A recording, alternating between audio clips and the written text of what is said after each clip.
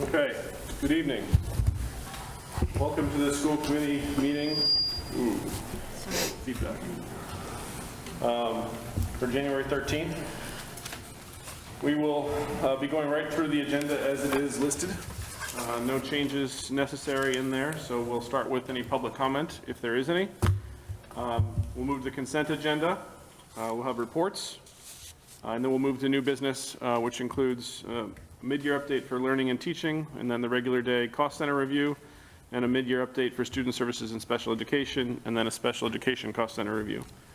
I do think we've made a decision that there's going to be a little bit more of an update at a later point in time, but in order to keep ourselves moving and align the update with the budget alignment and what the budget needs are, that's what the focus of tonight's going to be for those presentations.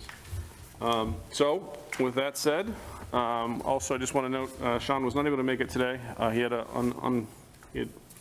uncontrollable business travel, for lack of a better way to say it. So with that said, we'll see if there's any public comment. Is there any public comment? And seeing none. Okay, we have one item on the consent agenda, and I move that we approve the consent agenda. Do I have a second? Second. Seconded by Chuck. Is there any discussion on the consent agenda? Seeing none, all in favor? And it passes 5-0. Thank you very much. Now moving on to reports.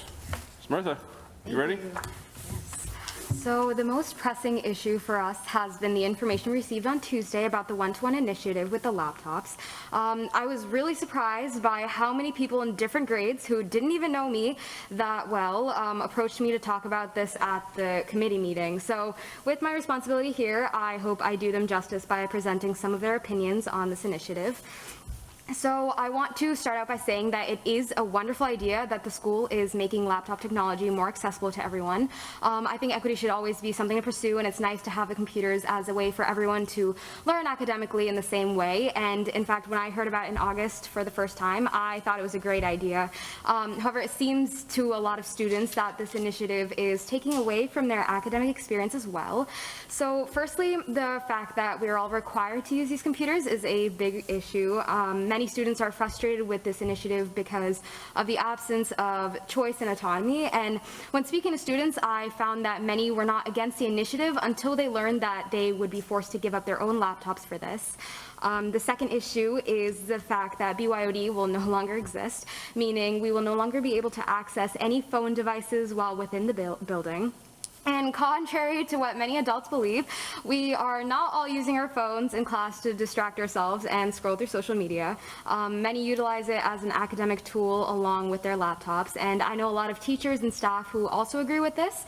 So yes, we do use laptops in class sometimes, but phones are pretty often used as well. Also, in light of dangers that schools across the country have faced and are facing, I think it's comforting to know that in any event, students can text or call their parents without fear that their cell phones have no service or their text won't send with no Wi-Fi. And that is a real fear that I have and a lot of students have that does bring about anxiety within the student body. And I bring it here not only as a student representative who has the responsibility to share what the student body believes, but also as a student who doesn't use her phone in school to look at Instagram or scroll through TikTok, but also for academic reasons that are a lot more convenient to use through phone than laptop. And also, I speak as a student who spent a good couple months with a new laptop bought for this school year, rearranging how I learn with my specific laptop, with my specific applications and reminders in order to take notes and organize my homework. And all of this is very connected to my phone, which keeps me academically diligent, focused, and on top of things. And I have a set regimen in how I learn with my devices now, and I know that a lot of students are in the same boat as me when it comes to this. And I know a lot of these concerns were addressed in the emails Principal Tracy sent out, but that also doesn't fix how a lot of us feel about it. Our response from the administration has kind of been, it is what it is, but it goes to say I haven't met a single student in all the grades who is yet happy with these decisions. And I also must say that the reasons I have stated here for the students' positions are not the only ones. There are a lot more specific ways in which this affects students in their lives, and I have only elaborated on a few.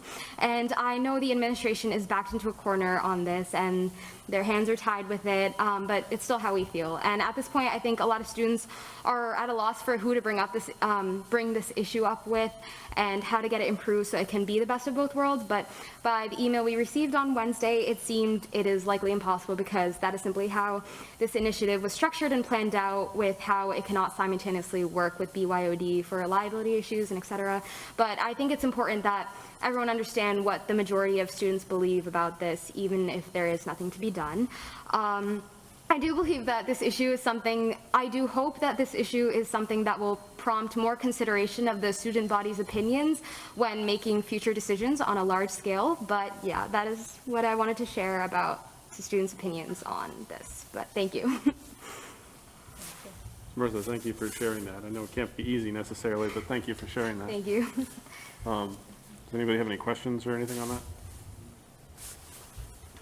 You want to? I just want to echo, thank you for sharing that, Smith. I really appreciate that, and certainly, bring back what you shared here tonight on behalf of, your colleagues and your peers, to Principal Tracy and the rest of the high school leadership team. But I think it's really important that you raise that and you're a voice for what you hear from those in the high school. So thank you for raising that Thank you tonight. for hearing us. Can I, Absolutely, yeah. for the superintendent, were student council, I guess, part of the process of discussing the rollout of this? Or? Susan, I know Susan was a little bit more involved with the kind of composition of the group and leading that forward, so I know you can speak to that. Yes, we work closely with the high school's instructional leadership team. I don't know how much outreach they had conducted with students, but they were very much a part of the discussion about how and when and the best practice for rolling out these devices. We're very excited about being able to provide a device to every student who attends Reading Memorial High School. And our hope is that these initial inconveniences will smooth out, and we'll be able to use the devices in really effective ways. They're instructional tools, and we're hoping that they support students' learning. I think it's If there was great. a missed opportunity, earlier to get student voice, I think even hearing this tonight, we can reflect with our team to think about ways we can even get voice into, as you said, still move the initiative forward, but also make sure that students who, feel like it's a difficult transition, a difficult time, that we give them the support they need. So I think your comment today helps us to at least look at, ways that we can make sure student voice, if it wasn't incorporated before, is incorporated now, to kind of position us to move forward. So thank you for raising that, and, Chuck, I appreciate that question too. So we'll bring it up to the high school team. I'm sure that student voices were heard initially. I don't think the extent of what this initiative would entail for students regarding their own computers or, BYOD, for instance, I don't think that was really brought up, which is probably part of the issue, is we didn't know what we were getting into before we expressed our opinions about it, which I think probably was the issue. I don't think I was involved in this. I wasn't. Yeah. So, but from what I have seen, I think that's the case. I think, Dr. Milczewski, I think your point of getting them involved now, it's never too late, right? So, especially, as the rollout happens, maybe checkpoints every couple of weeks or something with a constituency of the students to see if there's any evolving issues, or, what are the top 3 or 4 issues that can be tackled piece by piece or something like that. Student voice is important, and I think we're all echoing that right now. So, but if there's something that maybe we can do to facilitate that, it sounds like you're already thinking about that anyway, but maybe on some sort of cadence, not just a one-off, but a cadence over a few months or something like that. So, Smrtha, thank you for bringing it. Thank you. One thing that's really encouraging about you bringing it up too is that I'm glad to see your peers see this role of you being on the school committee this way as a platform and a voice for advocacy. And that's I was what we shocked. want this role to be. Hopefully tonight even expands that people see that it gets us talking about these issues too. So I'm encouraged to hear that that's how you see that role, and that's what that's intended to do, and that's why we really value your perspective and your leadership on the committee. So thank you for doing that, and we encourage your peers to continue to come to you for that kind of advocacy.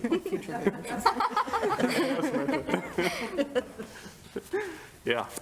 Great, thank you for the updates, Martha. And I'll say it so you know it, but you're welcome to stay the whole time, you're welcome to leave whenever you're comfortable. Just so you know, that that's kind of a standing thing. Thank you. So, thank you very much, we definitely value that voice. Want to move ourselves and down the order officially? Dr. Stice?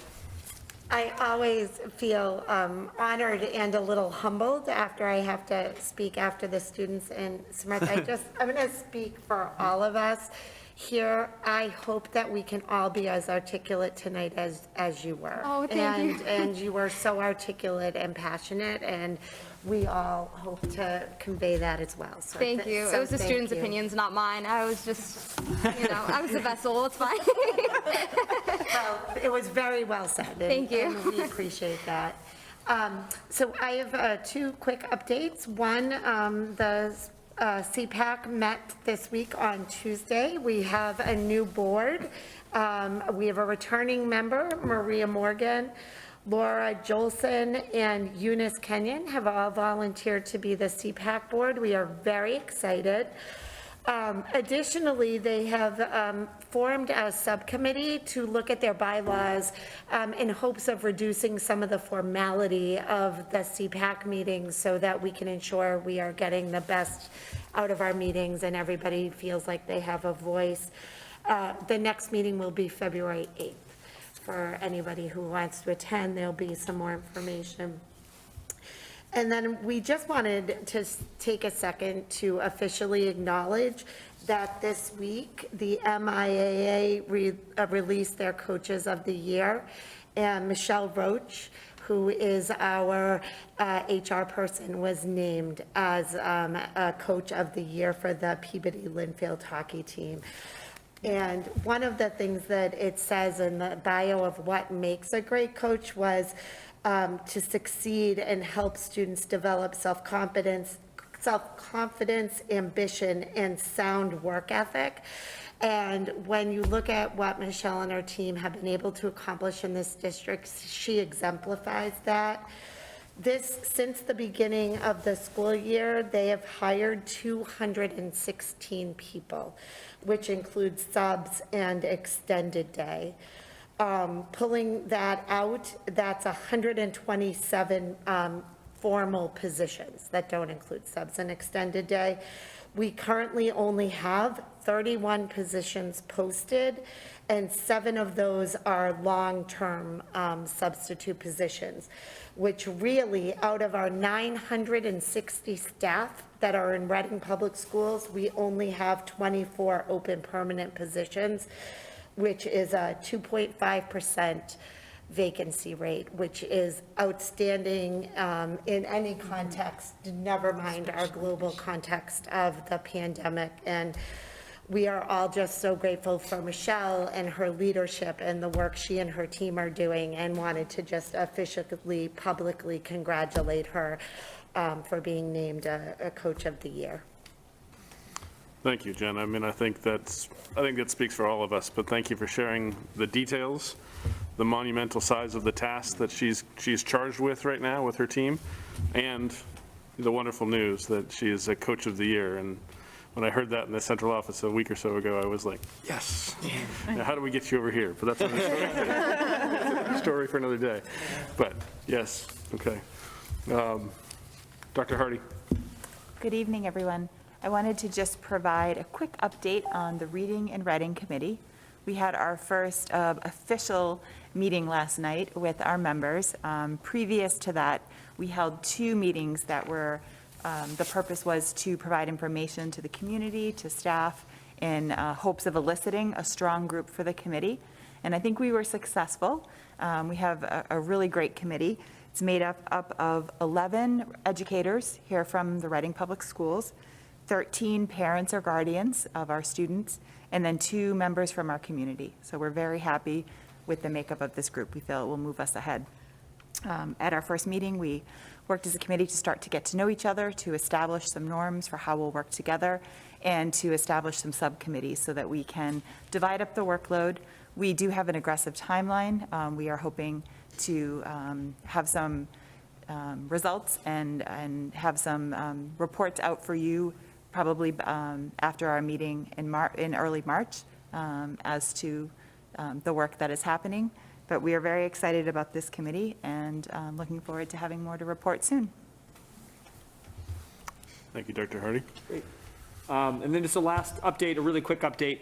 We know that right now is a really challenging time in sort of in our world and also in education, and would just like to say that keeping things moving forward for our students in our school is really challenging right now.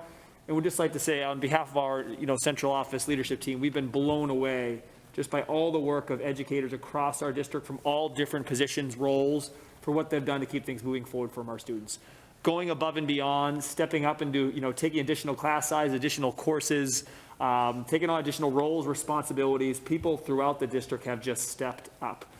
It is not easy. You read stories of just how difficult it is to keep kids in school learning for all different barriers and challenges. And I feel like the only reason we've been able to do it here in RPS is just because of the incredible sort of attitude of we're all in this, everyone chip in, I'm going to go above and beyond attitude. Can't begin to start to name people by name. There's just too many staff members, too many family members, too many community members who have just been integral for us as we navigate this really challenging phase of the pandemic. So wanted to take a moment as we know we're hitting this really challenging phase in the pandemic to just pause and just appreciate the amazing work of our community. And if you see, an educator or a community member who have been working to help us keep schools moving forward for our students, please take a minute to thank them. It's definitely a team and a community effort, and we are deeply appreciative of that, and I know our students deeply appreciate that, so thank you. I think I can speak for all of us that we're deeply appreciative of that too. So thank you for calling it out. Are there any other updates? Nope. Okay, so working through the liaison and subcommittees. Chuck, do you have any? Yes, so the Recreation Committee met on Monday night, and we met with the Reading Little League Softball about a proposal they had to install a scoreboard similar, I think I mentioned in the spring of the fall that the Little League did it, and now they're kind of doing the same thing. And our recommendation to them was we were for it, but they needed to make sure they met with the neighbors first to just make sure that base was covered. They met with everyone else, conservation and such. But so it's that league has 360 applicants, players that have signed up for the spring, which is just outstanding. I mean, that's just really, really good. And the other thing we went over was the Birch Meadow Master Plan. As you all know, there was money approved for that at town meeting, and we just kind of got an update on that. But so that's all I have. Okay, Carla? Thanks, Tom. Permanent Building Committee met on Monday night. They gave us an update on the Parker roof. The specs have been reviewed. It's out for bid, actually went out for bid today. The bids are due back on February 8th. The police station, the community room and the office space is also out for bid, and those bids are due back in February as well. Turf 1 will be out for bid in the next few weeks. That construction will go from April to August to be done for the start of the fall. We had a Board of Library Trustees meeting on Monday night as well. We had a woman come in, one of the librarians came to talk about collection services. She talked about the collaboration that's done with the schools in order to get enough books, enough copies of books, required reading books in different forms, as audiobooks, moving more towards streaming, e-books, and regular print, and actually large print as well. The library is doing a diversity audit on their books to make sure there's a representation of diverse books. They always have a space update, just of the space in the library. And the social justice position, this second round, they had 11 people apply. They've interviewed 4 who they are moving along to that second round of interviews. And the director is really pleased with the applicants that they got. So, thank you. Great, thank you. Aaron? No report tonight. Sarah? No report tonight. And I have no report as well. Everything I would have reported has already been reported. So before we jump into new business, just a little note for the committee and the community as well. As we were thinking about today and looking at some of the topics that are out here, one of the bigger ones is full-day kindergarten. And it certainly can come up as part of the conversation today, but we are specifically adding it as an agenda item for next week to talk in detail. As, you know, different options that might come into play and whatnot. And for those finance committee members that are, you know, Jeff's here, but others might be watching at home, we would encourage you, if you can, to join us here, if you can, next Thursday. If not, no problem, of course, but the more dialogue we can have as we go through that, the better off we'll be. So that's just a note and a precursor for next week, okay? So with that said, I'd like to hand it off to the team here, who's done a phenomenal job this week in working through this. And Sarah, Dr. Hardy, I think you're up first. Actually, Or is why don't- Susan going to kick us why don't I off? start? I'm going to, for those who may not have been able to view or attend the school committee last week when we presented part one of the budget, I would just like to very briefly run through some of the overarching components of our FY23 recommended budget. Our dollar increase over FY22 appropriation is $2,087,365. This was within an increase within the FinCom guidelines. This evening, we're going to present information about the timeline for budget discussions, our approach to budget development, the stakeholders with whom we spoke, district priorities, how the priorities are reflected explicitly in the budget. And this evening, we'll be focusing on regular day and special ed. Last week, we focused on administration, district-wide programs, and school facilities. The timeline for budget discussions this month in public with the school committee will take place this evening on January 20th, which is also the night that school committee is scheduled to vote on the recommended budget. I'm sorry, that's the public hearing, and January 27th is the night that school committee is scheduled to vote on the budget. And in addition, we are conducting outreach to the community. So we expect that some events will take place before the end of the month, and when school committee votes on a recommended budget, we'll be able to head out into the community, speak with parents, staff, community members about the school committee's recommended budget.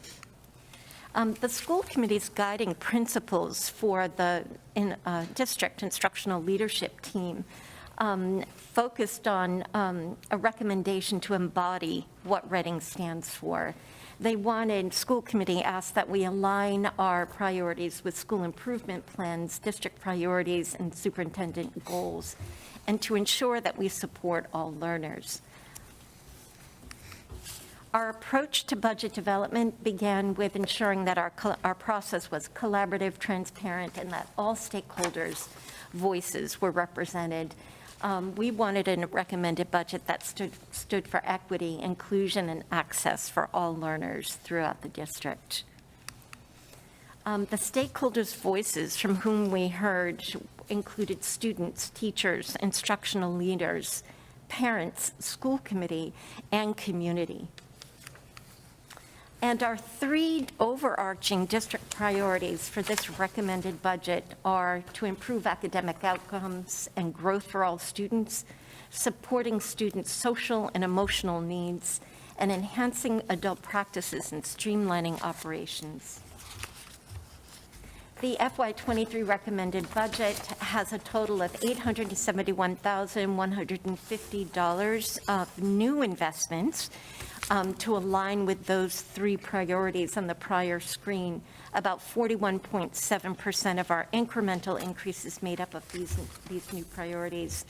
The baseline budget, which is the budget that ensures that all legal mandates and contractual obligations are met, totaled $1,216,215, or about 58% of the incremental increase over the FY22 budget. Our FY23 costs have been based on known needs, contractual obligations, projected needs, historical and current year use and spending trends for all 5 cost centers and 1,300 budget lines. I'm going to now turn over to Dr. Hardy and Dr. Stiles to speak about regular day and special education programs. So thank you. One of the things that you have heard if you've tuned into the meetings previously, that we keep cycling back to our values and what we think is important. And we really wanted to start by making sure we recenter on why we're all here. And we chose the symbol of the tree. And before I go into why and what this really stands for, we wanted to reiterate what Dr. Milichewski said at the beginning of this, is that no matter how hard this has been in our global context and in our national and in the Reading context, we have the most amazing staff that has kept us rooted and growing. When I was in college, there was a microburst and all the trees in the quad tipped over and all the roots were hanging out, and we're not there. The tree is still rooted. We are working hard and we are hanging on. And it is really to the credit of all of the staff, community, and family, as Dr. Milichewski said. And when we think about how grateful we are for not only our building-based leaders and our nurses that are showing up every day and working so hard, also that our buildings still are immaculately kept and are just beautiful. And for us at central office, Jojo smiles every day when he comes in and gives us a commentary. And that doesn't speak to the teachers and tutors and paraeducators who are jumping in and teaching classes. One of my favorite stories is one of the team chairs. Several of the team chairs and principals have been subbing in classrooms. And just yesterday, our special ed literacy coach was subbing in a class at Parker, and it happened to be a Spanish class. And so she started by introducing herself and saying, "In full disclosure, I don't speak Spanish." And a very nice student raised his hand and said, "That's okay, neither do we." And so it really does for us just highlight that theme of we are all in this together. And so when we kind of root our work in this tree and what we do, as we really thought about this presentation, our work starts with the roots of making sure that our students have the right social, emotional, and access to physical health supports and well-being, that they are able to engage and be present and feel safe when they are in school and have the proper nutrition. And we see all of our work so embedded in equity and what is happening as we go through, so that we can get to the branches, which are all of the different courses and academics. And we talked a lot about special education isn't listed as a branch because it is embedded in everything that happens. And the work we do is so fluid and grows together and is dovetailed that it can't be separated out. So that although our budget needs to be defined by cost centers and line items, the way our schools work don't work that way. And the way we all work as a central office team doesn't work that way. So although someday when someone looks back at the rings of how our tree grew, these past few years are definitely gonna tell a story. But we are rooted in our future and in making sure our staff and students and families are all included, and that we are meeting all of those basic equity, inclusion, and academic needs to really exemplify all means all as we go into this work. So as you see us present tonight, Sarah and I will be talking during both presentations, because it is not as clear cut as this is one and this is the other. We are all together trying to make sure everybody's growing and learning. So we just wanted to set that context, and you'll hear us repeat several things because those are the through lines of our tree and our branches of how we move together. Awesome, great. Great start. And we're just thankful for this opportunity to present to you some of the ongoing work in our district. We're excited to share what's underway this year, and also to talk about the investments that we're suggesting as we move into the next fiscal year. Okay. As Susan pointed out, we've identified 3 district priorities that kind of bucket what we're going to talk about tonight. The first is really improving our academic outcomes.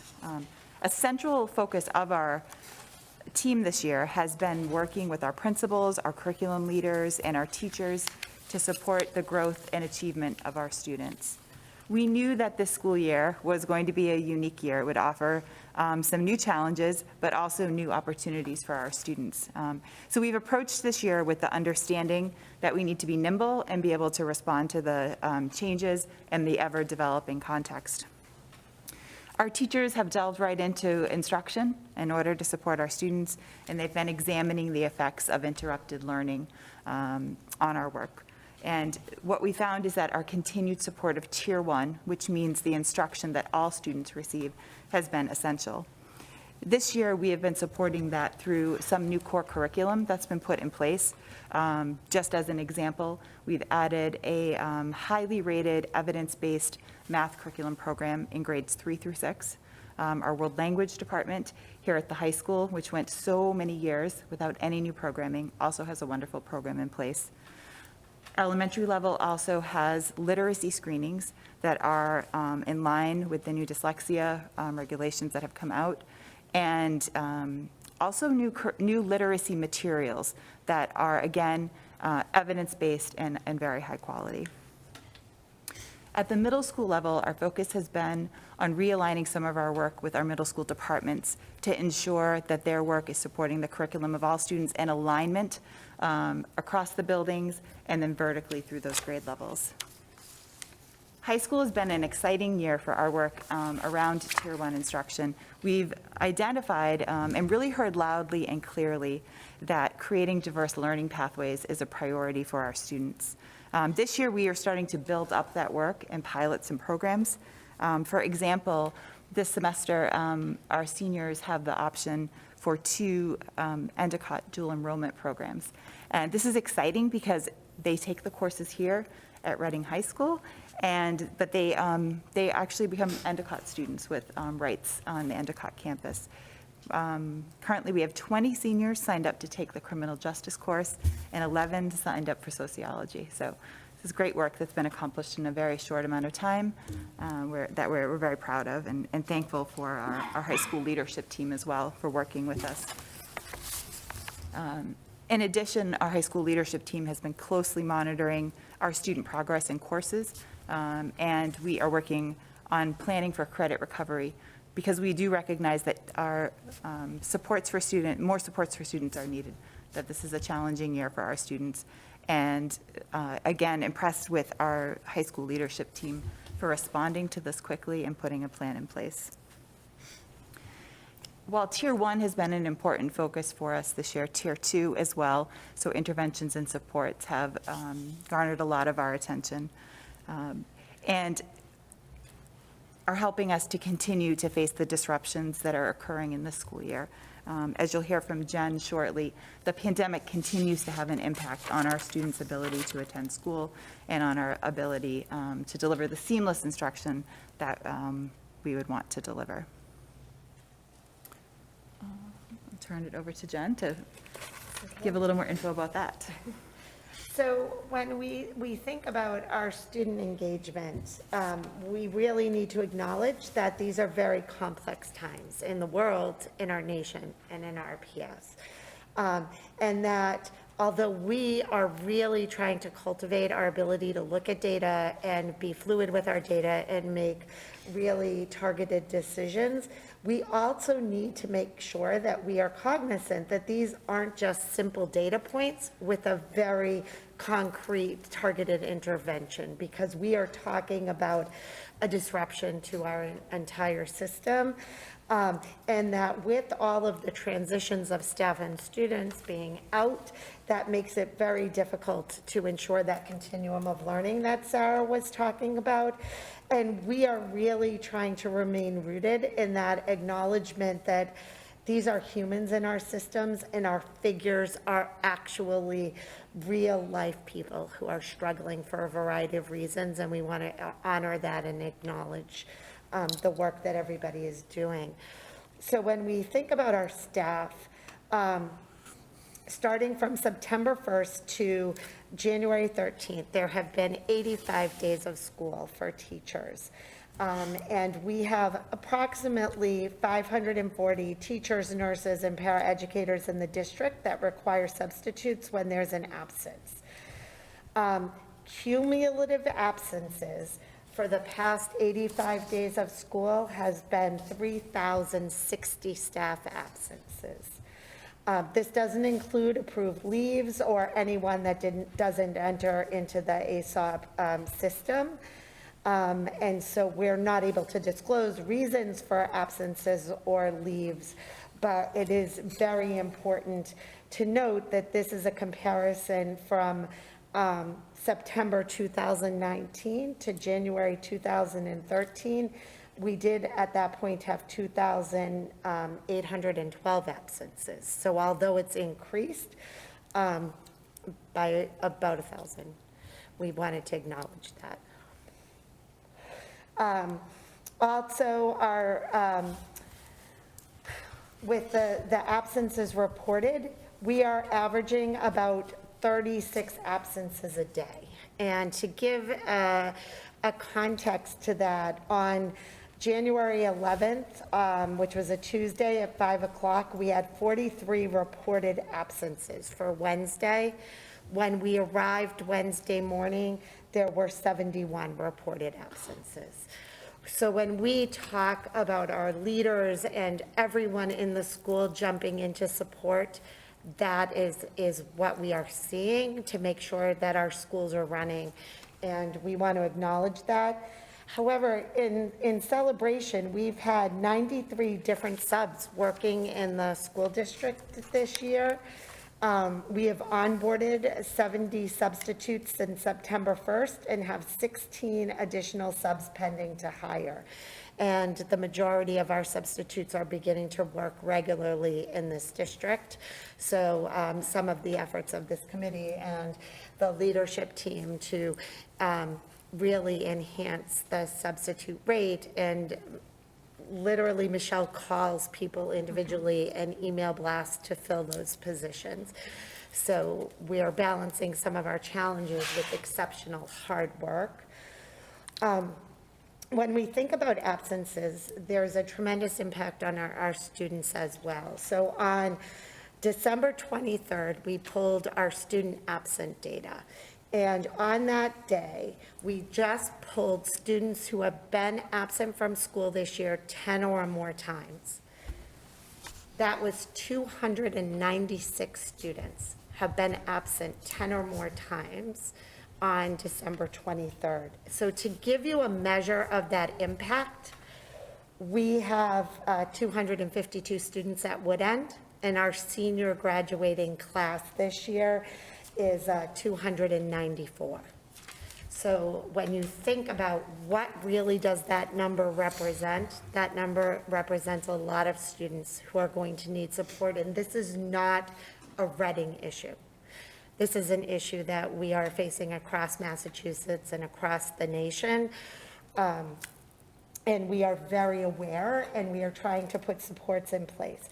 So for example, for some of our students whose first language isn't English, we have really tried to increase our communication systems to make sure we can communicate with families so that the students can be engaged and get to school and feel safe when they are here. By increasing our translation services, staff has access to a language line. We have had an increase of translators and interpreters coming to our meetings and translating our forms for us so that we can make sure everyone has equal access. And there also has been a big impact on the special education evaluation process. We are ensuring that we have interpreters, one at the meetings for the parents, but two at the evaluations, so that we can really look individually at every student and figure out what are really learning differences versus language differences. And this requires a lot of work and support, and all of this is happening in this global concept of having, needing to make sure we're focusing on our students and staff. Additionally, we have other programs in this district that are intended to support students. One of those is called Stepping Stones. It's at the high school. It is modeled on the BRIGHT model, which is BRYT. And it's really intended to provide academic and social emotional support and intensive case management for students who have had extended absences from school, with that intense support and communication to families, especially after hospitalizations or a leave for some kind. It's intended to cover students from a period of 2 to 4 weeks to get them back into the classroom. Since COVID, we've seen a significant increase of students who have had mental health issues or school avoidance or excessive absences. And so some of the data points around that were from September 2019 to March 2020, so right before the closure. The program serviced 15 students. Of those 15, 8 of them had some type of physical condition, like a concussion. Since this school year began till January, right now, we have serviced 24 students in that program.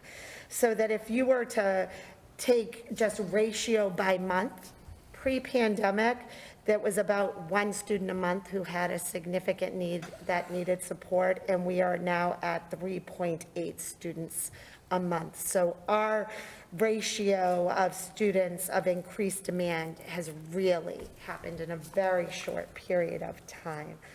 And so we're working very closely with that program to make sure that they have the supports they need. I missed one of my bullets, so. Do you want to jump in and then I Yeah. can go back? Yeah. Go ahead. All right. Sorry, I handed off to Jen a second too soon.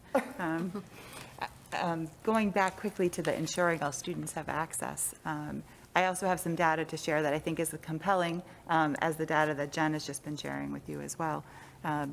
One of the things that we continue to focus on here, as Jen has been mentioning, are groups of students who have not always met with the same success as their peers in the Reading Public Schools. I think you may remember in the fall when I came and presented our MCAS results to you, that I did highlight for you that are in this past spring, that we had our students who are high needs, which is students who are economically disadvantaged, English learners, former English learners, and our students with disabilities, that students in those groups, for example, only 33% of them had what we would consider a passing score on the MCAS, compared to 64% of the aggregate. And in math, only 18% of those high-need students, grades 3 to 8, had a passing score, with 49% of all of our students. Understanding 2021 was a unique year, but even looking back to 2019, before the pandemic, those gaps still existed. And so that is a continual focus for us in central office. And as Jen highlighted, when we're looking at data, we go there to see, are all of our students meeting with success? Specifically, one group that we've looked closely at are our English learners. This year, we have 42 currently. That will go up a bit when we screen some of our preschool students. We also have 40 EL students that we're monitoring. Of our current 42 students, 14 are considered newcomers. And so that means that they are new to our country, new to our district, and have very, very limited English currently. The breakdown right now is about 29 students in our elementary schools, 5 in our middle schools, and 8 at our high schools. The other group of students that we are closely monitoring this year are our early childhood students. We are continuing to monitor the impact of the pandemic on these students. we are particularly concerned in monitoring their development of social skills and school readiness. When we talk to our preschool teachers, and also we are in contact with coordinators for preschool programs in our community, we're hearing from everyone that they are seeing a deficit and a difference in the skills of our youngest students. The good news is, however, that young children do learn quickly, and so when they have access to rich educational and social environments, they will catch up and close the gap.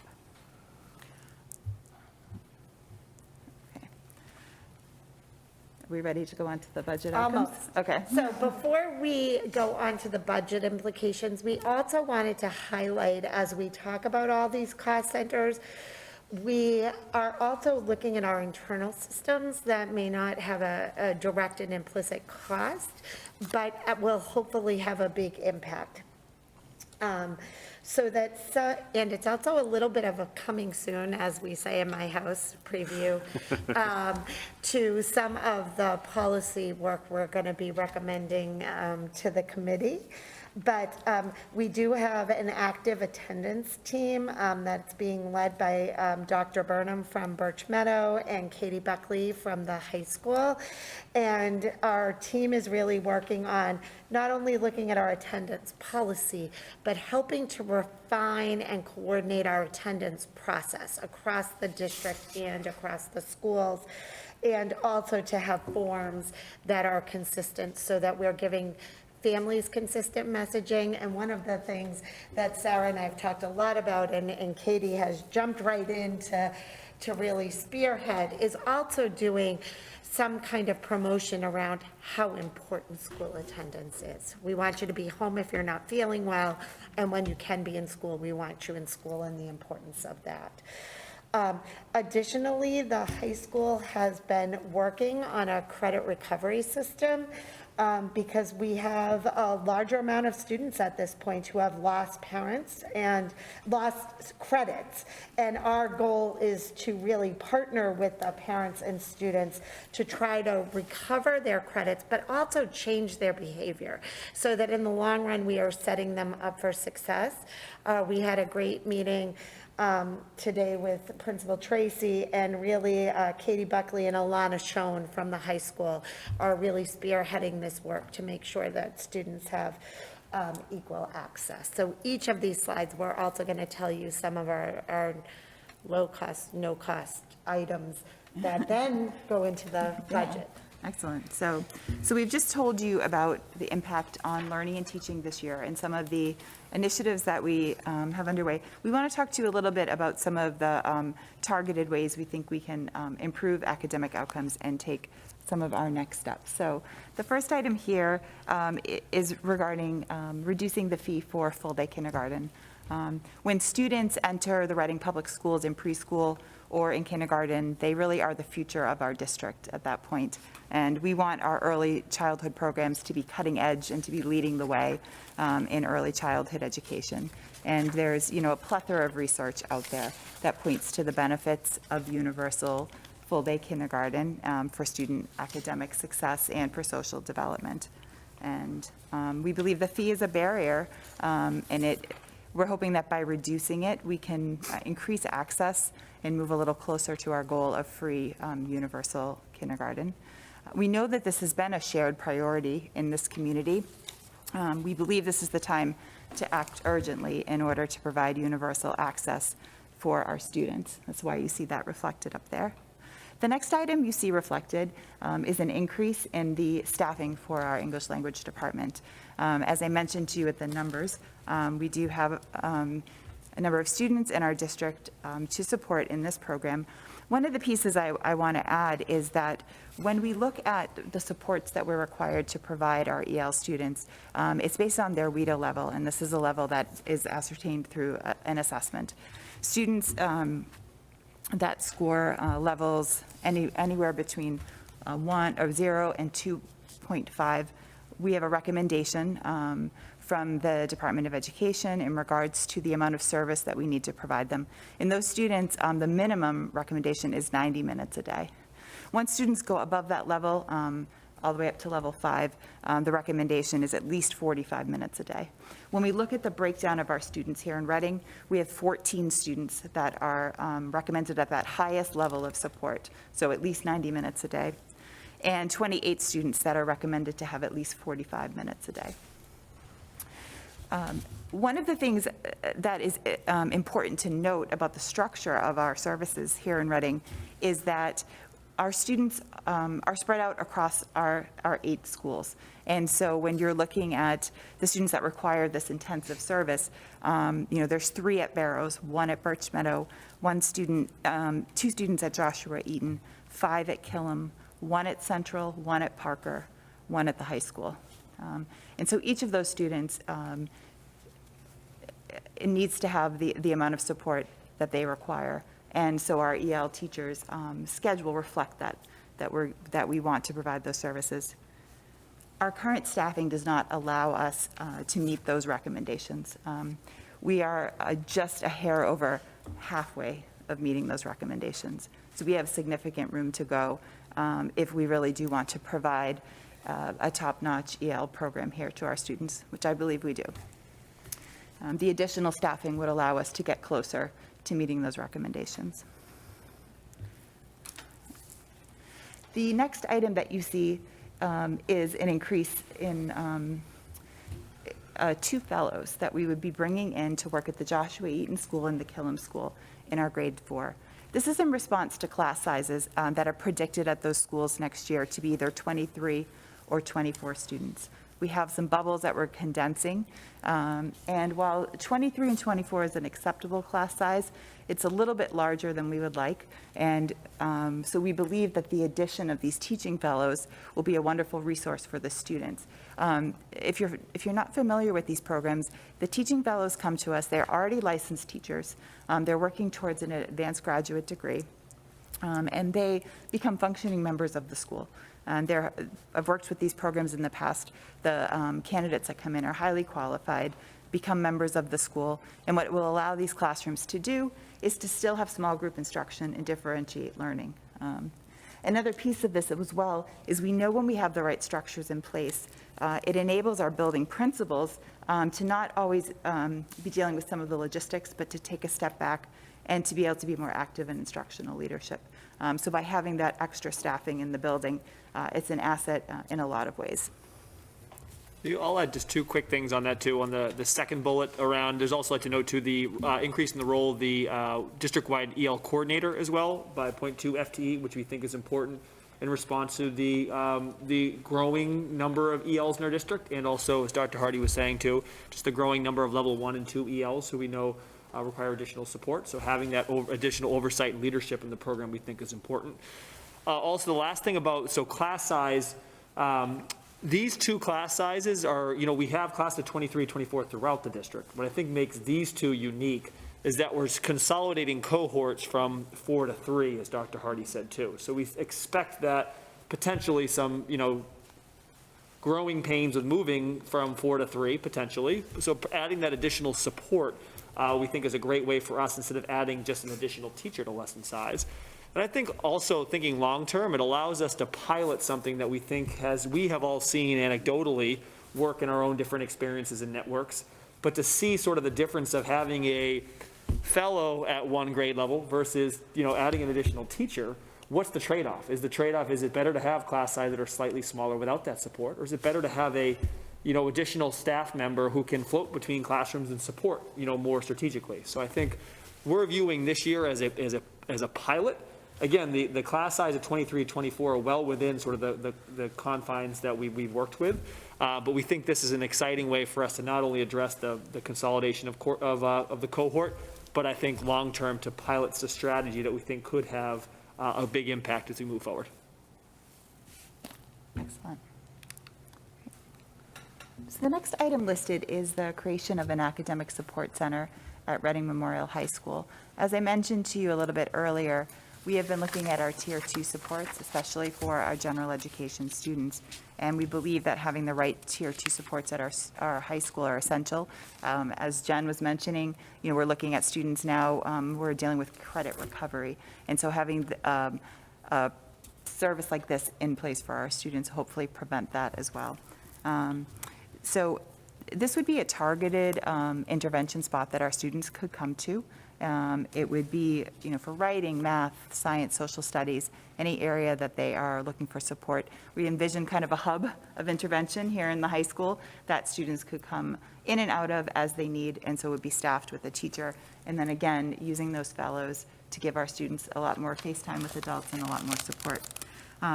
Another reason, too, that we are excited about this is one of the trends that we've noticed here at the high school with our special education students is that we're seeing goals around executive functioning coming up on most IEPs.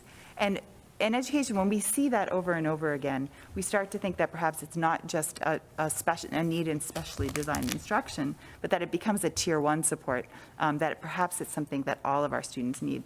And the beauty of a support center like this is that's a spot that students can go who need a little bit of help with organization, tracking assignments, and someone to check in with. And so if we are over identifying in this area because of executive functioning, we also hope that the support center will help to eliminate the need for an IEP in some cases, if we can be proactive. The next bullet really is in relation to stepping stones, where Michelle Malley and Lynna Williams were really big advocates.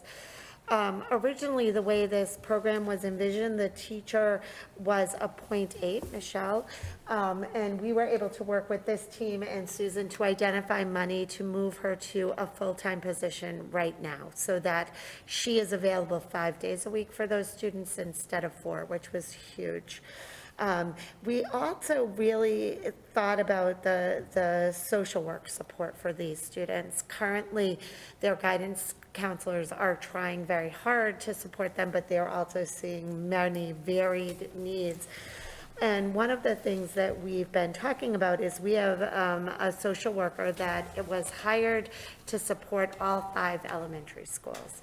And that model really isn't working currently because she's only in each school 1 day a week, and students are not able to access her in a way that is meaningful and consistent. So she has been doing some whole group lessons in classrooms, which have been very beneficial. But when we step back and we looked at the data, we are not meeting our targeted needs of students. So we work with the building leaders. We are going to shift that position to be primarily located within the high school at the Stepping Stones program to help those students. However, that individual, Leanne LaValle, it has made connections in the school. She is providing some tier 2 supports at a few of the elementary schools, so she will continue to do that.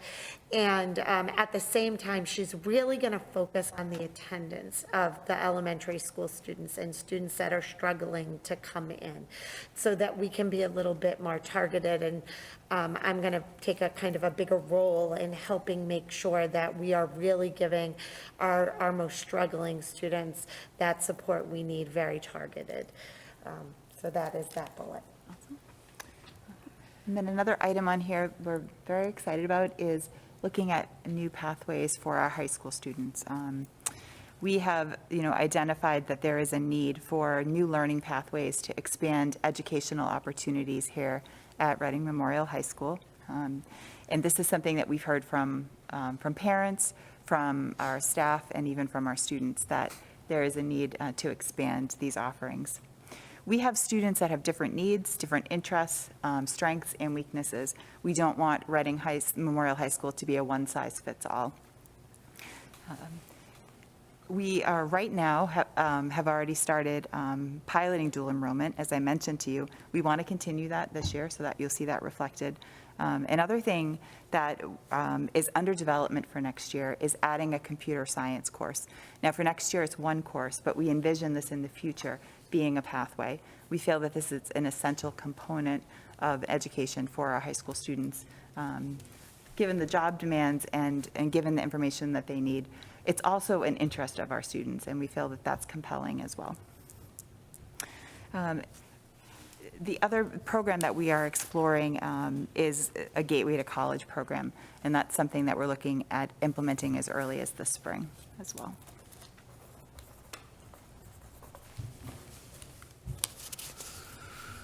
So again, in this cost center, as we think about this, this is not just something that Student Services is working on. It is that something we are all collectively working on, because this is not just a Reading context. We need to make sure that students and staff and families are really safe and engaged and supported, so that we can then facilitate learning. And all of this is really rooted very deeply in research. And there are some studies. One study found that high school students in schools with comprehensive school counseling programs are more academically successful as measured by GPA. Another study in 2003 found that elementary and middle school students who participate in school counseling curriculum and group interventions that focus on cognitive, social, and self-management skills have consistently shown significantly stronger math and reading scores on state testing. Then we balance that national data and research with some of our own mental health use risk survey that you have all heard about, where 79% of our RMHS students were, they identified as having and using healthy coping strategies, but only 58% of our students identified having one trusted adult in school that they could go to find help. And so then when we kind of situate all of that data in really our COVID context, Susan was actually able to find this amazing quote that really sums it up so nicely. According to the World Health Organization, the COVID pandemic has caused mass or collective trauma on a scale larger than the Second World War, and the mental health toll of the coronavirus pandemic will last for many years to come. This is a trauma that some medical professionals are calling post-pandemic stress disorder, which is really a form of COVID-19 induced PTSD. So as we're talking about those social emotional needs, it's important to stay rooted in that context. And we have some data we would like to share with you. One of them from a school, you all know that each of our schools has at least one school psychologist. Our middle schools each have 2 school psychologists, and they have varied and important jobs that include conducting evaluations, working on attendance and SST teams. They provide special education program support, as well as 504 and IEP services. They go to a lot of meetings. And our 2 psychologists at Parker started collecting data on October 25th this year. It is shocking. They had 693 students come see them from October 25th to yesterday. And something that just speaks to the culture and conditions at Parker that needs to be recognized is that 204 of those visits were student initiated. And I think when we think about middle school students, they are not generally very open to going to talk to adults and all of that. And so it really does highlight the culture that has been created at Parker, that they feel comfortable doing that. But I think that we need to think about the fact that, you know, out of those 693 visits to the 2 school psychologists, that does not include the visits to nurses or other trusted adults within the building. And so it just speaks to some of that need that people are feeling. Additionally, we've been collecting some data in terms of what schools would deem crisis interventions. So either a hospitalization, a phone call to DCF involving the police or families. And we started collecting this data. And in all fairness, I'd like to be able to share more trends. but the people responding to the data are also the ones who have to enter the data and then help us analyze the data. So I'm just going to give you a little bit of a snippet that is from the high school, that this school year alone, they've reported 33 crisis interventions. And I can tell you that it is not just a middle or high school issue. It absolutely impacts our youngest learners as well. And so that is some of the data we are continuing to collect and try to remediate. And before I give you some of our coming soons of some of the work that we are doing just internally to talk about this, Sarah has one yeah. piece to add. Yeah, just building on this idea of supporting social emotional health, another area that we've highlighted this year as a need is some continued coordination for our METCO program. As you know, we are a METCO district, so our schools have students who are Reading residents and also Boston residents. And we know that METCO districts that are moving the needle are districts that have coordinators in their schools so that our Boston resident students have an adult that they feel they can go to. The work of that coordinator also is to extend that vision of our METCO program, which really is about the interactions between all of our students, ensuring that our schools are places where all students feel accepted and feel that they belong. So what we've been talking about, especially in light of the METCO expansion that's coming and having more Boston resident students in our school, is the need in our elementary schools to layer in METCO coordinators. And as we were having this conversation with Curtis Martin, our METCO director, we were really talking about the type of staff member we would want for this position. And what we were talking about was somebody who would support the social emotional needs of students, who would do family outreach, who would sit on the school leadership team to be part of the decisions that are made to ensure the voice of all students are heard. And it coupled very nicely with what we were also talking about, the social emotional supports that all students need. And so you'll see in a minute, we'll talk about the positions that we are suggesting an investment in that will kind of couple those needs together and enable us to support all of our students. And so one of the things you're going to hear a little bit later is our focus on professional development.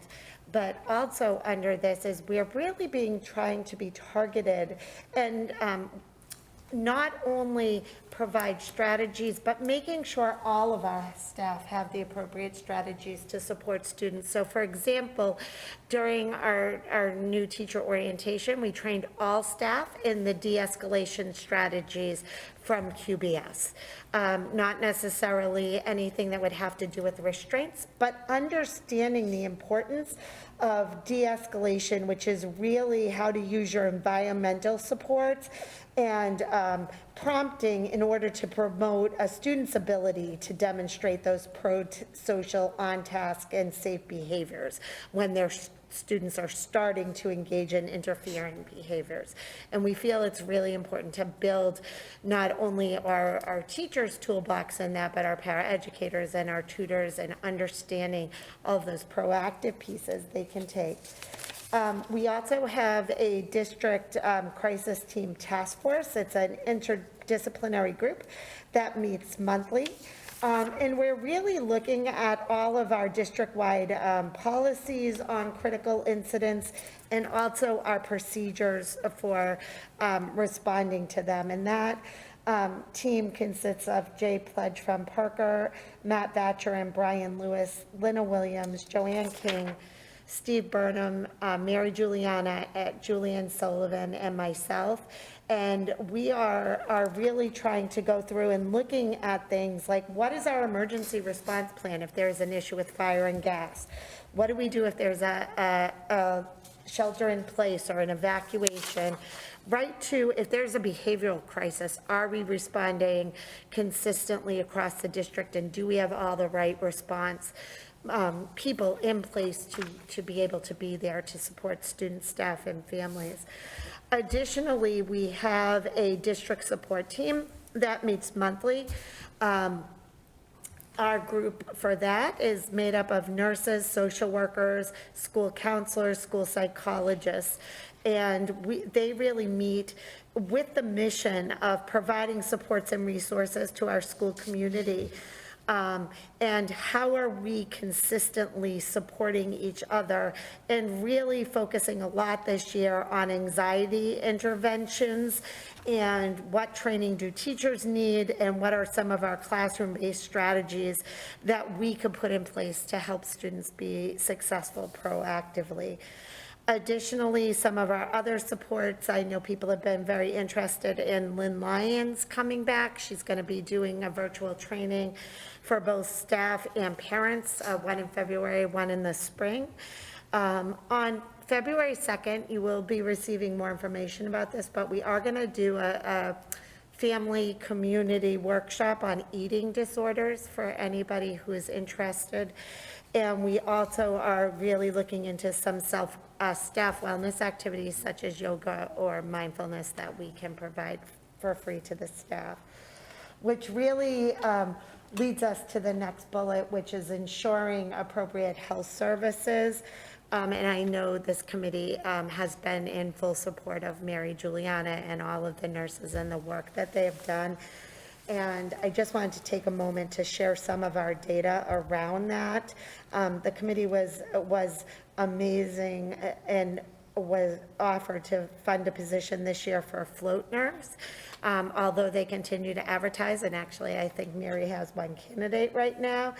It's important to note that we've been using that position by using substitute nurses. It's actually equaled about 50 hours of supplemental services by nursing support a week for testing and support and screenings. Some of the data, which is absolutely amazing, is our average across the district for health offices interactions where students go to the nurse is about 22 a day, 44 a day at the high school. And the return to class rate is 80%, which is huge. We're getting kids back in class and engaged at an amazing rate. Additionally, on top of just doing that, our nurses are engaged in mandated health screenings for vision and hearing across all levels. They are also part of the dyslexia guidance. There is a vision screening that the nurses have been trained in and are prepared to implement this year. And the high school sophomores are being screened for the substance use and brief intervention survey that's done with, in coalition with the coalition staff. When we think specifically about COVID, they have completed 3,500 test and stays. Back in September, that was an average of 43 a day. In December, it's been about 55 a day, and in January, it's even greater than that. We're still collecting that data. What I want to highlight for you is that each negative test and stay of those 3,500 is a day a student is in school. That is amazing, and an investment well worth the district's money and time and effort to make sure that students are in school. The school nurses have actually provided contact tracing and guidance and support for families and staff for over 400 COVID cases. And although 400 seems like a large number, that 400 is the starting point, because it then becomes the contact tracing of students in classroom, family members, sports teams, and it becomes a giant web. And so really thinking about that scale of the work, it's the size of one of our middle schools of what they have done when you think about that, and that is absolutely amazing. Additionally, we are now as a district offering weekly pool testing at every school. Over 420 pools have been run, and in each of those pools, that means there are 5 to 10 individual PCR tests collected at the same time. On the week of January 3rd, 1,200 staff and students were tested, which identified 31 or so individuals from that pool. So well worth it when you think about the cumulative effect of that. I keep saying additionally because it is amazing what they've been able to do in the context of this school year. The nurses have also held 6 COVID vaccine clinics. And on the snow day, January 7th, they were able to provide COVID vaccines to 97 individuals. The next clinic is January 28th, if anyone is interested. I'm sure there'll be more information about that. Additionally, they held a flu clinic at Wood End, and over 150 staff received flu vaccines during that. Furthermore, the nurses have held 6 CPR first aid classes, certifying staff, and since the beginning of the school year. And they take part in our building crisis teams and part of the district. That doesn't account for all the 504s, all of the monitoring of health, extended day, field trip preparations that they are doing. And one of the other pieces to that is we are also holding a wellness committee where the director of nurses, myself, the director of food services, the athletic director, somebody from the coalition team, and the health and wellness director are really working on updating the district wellness policy. So there is a lot of work happening in that area to make sure everybody can be in school and access their learning. And then finally, the last bullet on this slide is talking about conducting program reviews. The special education regulations say that once a year, you're supposed to evaluate a special education program.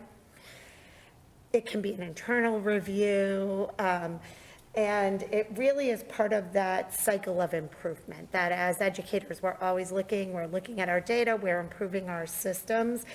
And we felt as a district, because this hasn't happened in Reading in a while, we really wanted to make sure we were doing it and we were doing it well. So we have hired 3 different agencies/experts in the field to begin program evaluations for this year. Our review approach is going to be very multi-dimensional, and it is going to involve multiple stakeholders for each program, and it's really going to involve a mixed method data collection approach. So qualitative and quantitative data is going to be collected. The components are going to analyze student outcomes. There's going to be interviews and focus groups with staff from the district and with parents. There's going to be classroom observations and a review of all of our district documentation. The 3 programs that we're going to be reviewing are the REACH program, which is at Barrows, Coolidge, and the high school. Our SAIL program, which feeds into the Embark program at the middle school and high school, but that is at Wood End, and SOAR, which is at Birch, Coolidge, and the high school. And that information is getting out to families. They are very anxious to start, and we are connecting them first with the administration to then set up all of the interviews and surveys and all of that. And we obviously will be reporting back to the committee about the recommendations and the impact of that as we go forward. So as Jen mentioned, we are constantly in a cycle of improvement in education and on the learning and teaching side as well. So we have several things under review this year. I mentioned to you that we are implementing a new math program in grades 3 to 6 this year. So as part of that, we are looking at a review of our implementation and of programming. We're hoping to learn from that, because next year, when we launch implementation in grades K to 2, we can build upon what worked best for us this year. We have some good data already around what worked best in professional development, et cetera. We continue, of course, also with a review of literacy, especially early literacy. It's important to us that we have high quality, evidence-based literacy programs and instructional practices at all levels, and especially at early childhood. At early literacy. So that is internal work, that curriculum work that is beginning to get underway. Also paired with, as I mentioned, our reading and writing committee, who will be our partners in the work. And so those are just 2 examples of the ongoing work that happens. So when we look at the impact that you see in the budget as presented, Sarah's going to talk a little bit about those medical positions that she already Yeah. discussed. Jen and I really have given you the background on this, but we're excited about this idea for a position that is a dual role. It would be at each of our elementary schools, working as a school adjustment counselor. So a person would have that qualifications. We know school adjustment counselors are trained in working with the social, emotional, and behavioral health of students, and also be looking for this person to act as the METCO coordinator in the building, so ensuring that our Boston resident students and our Reading resident students are working together and that they have the support that they need. So we are excited about that. And we know that this is a big budget area, but because of our social emotional needs, and that within, in the context of Massachusetts and the nation, we really think that it is a good investment. One of the social worker additions we want to make is to the middle school REACH program. So when we think about program consistency, the program at the elementary school and the high school have a full-time dedicated social worker to that program. There's a misalignment currently at the middle school, so we want to make sure that the students have the consistent services all the way through. Additionally, we want to increase the student services. Currently, each middle school has 2 school psychologists. Coolidge also has a social worker. And so we want to make sure that Parker has a social worker as well. So then each middle school will have 2 school psychologists and a social worker to support the general education students and maybe some special education students. Additionally, we are recommending that we add another full-time person at RMHS to address the social emotional needs of the general education population. The last add on this slide is really around nursing, that addition of the 1.0 nurse. And just again, to say how amazing Mary has been during all of this. She is currently the nurse manager and organizing and talking to everybody 24/7, it seems. But she's also a nurse at the high school, and she's the nurse for RISE. And so by adding these positions, it would allow Mary to be the nurse manager, to be able to provide some coaching, guidance, and also some of that substitution coverage that is so important to really have that continuum of care.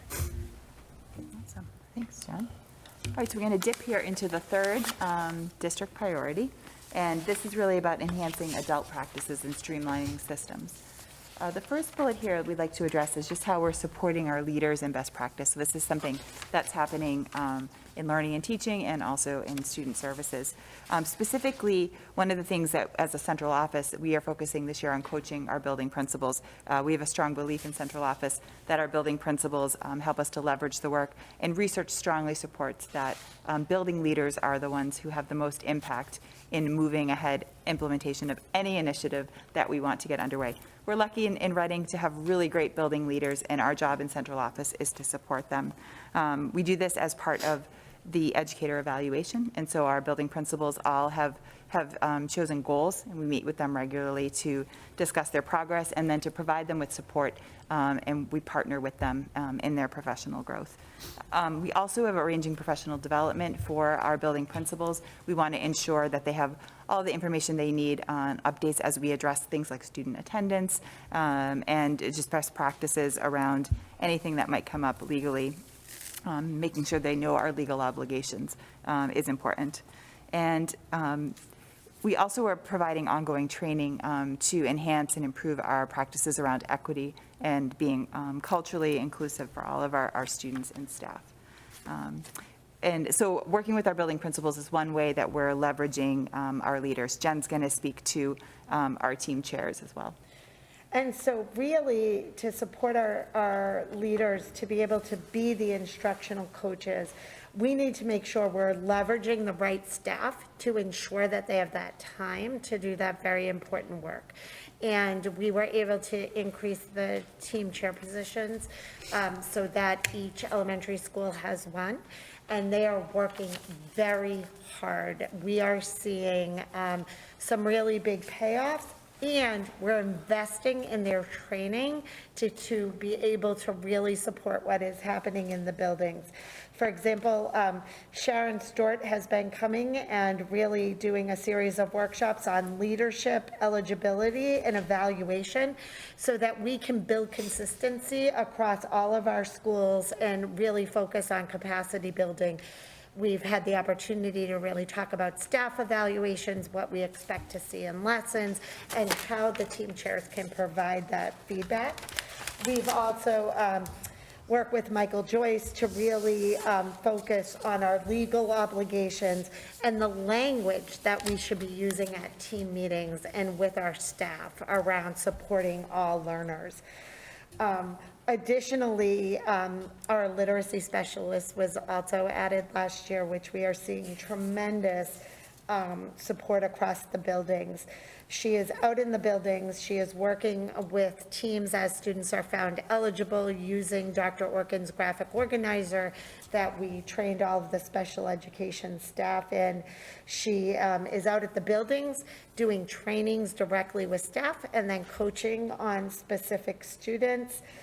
She's really helping with the MTSS and systems of support to ensure that we have appropriate resources and looking at supporting reading.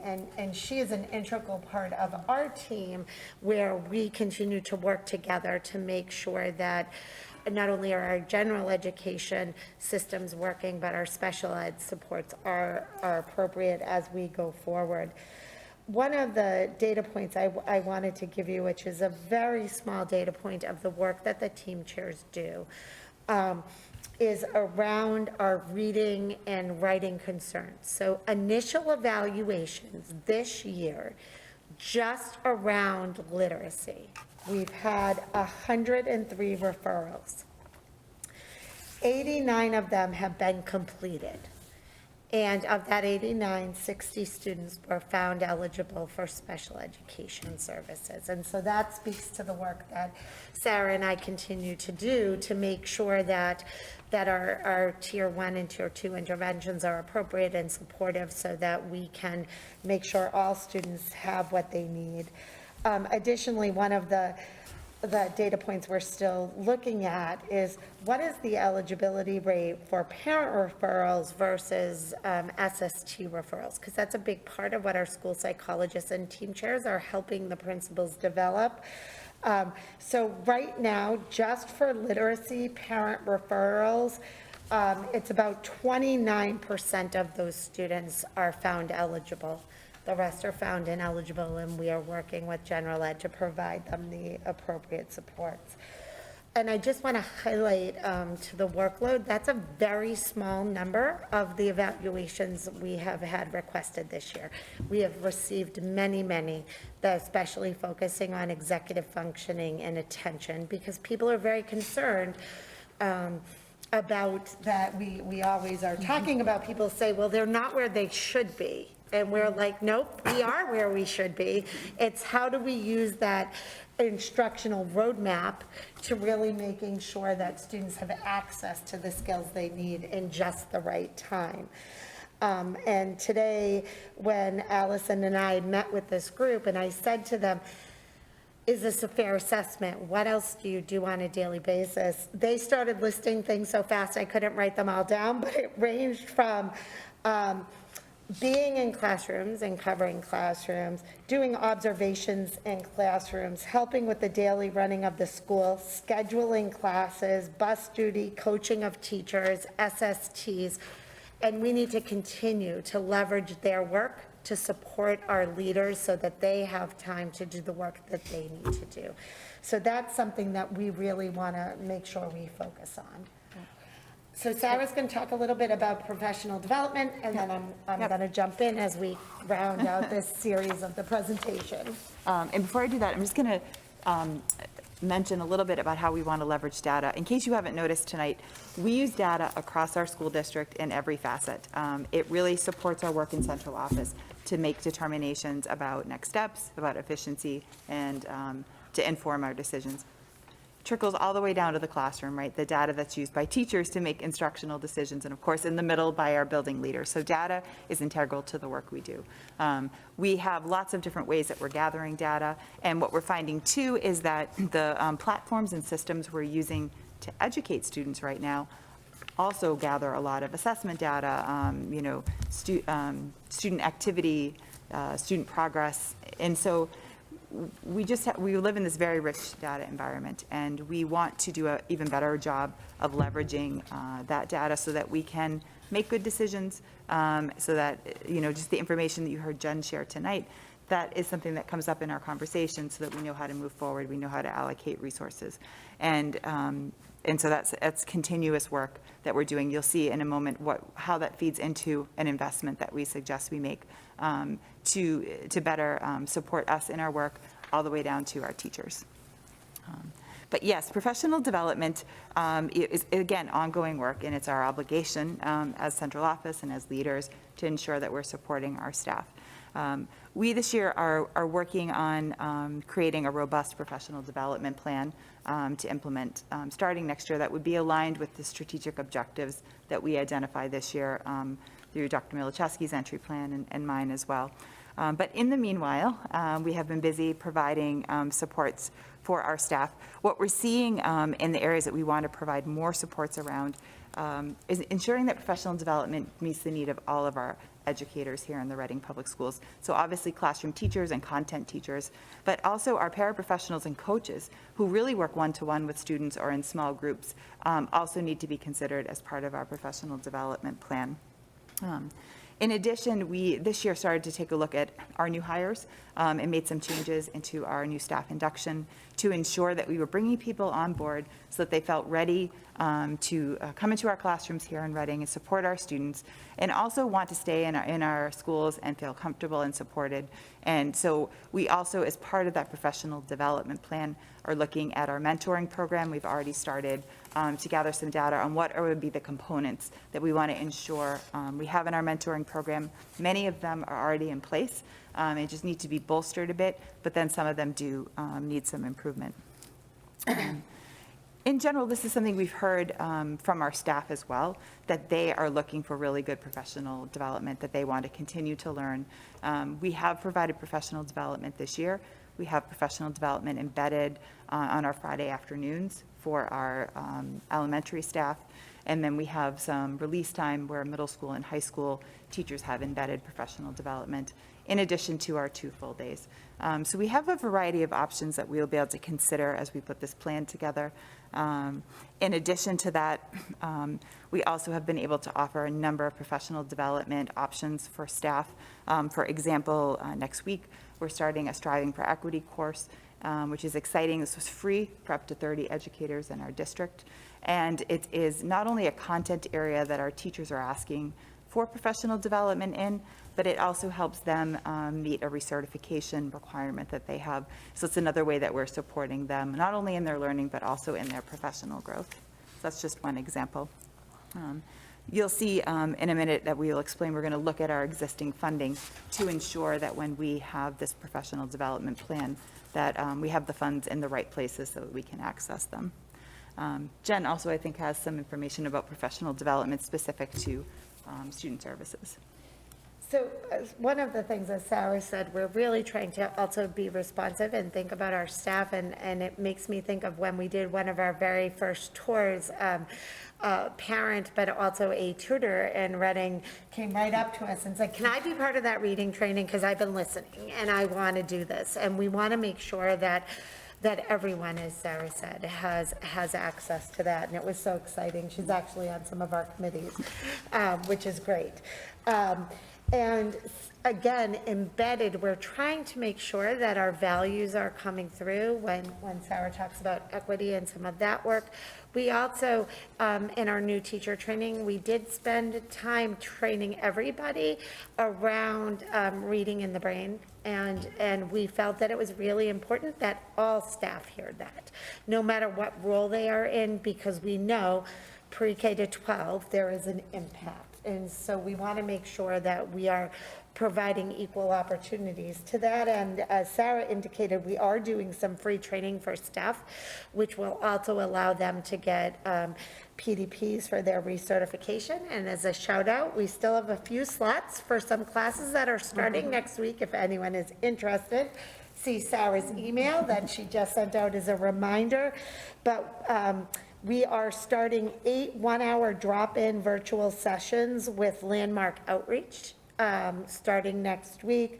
We're also offering a 1-credit course or 25.5 PDPs for a 6-week online course that is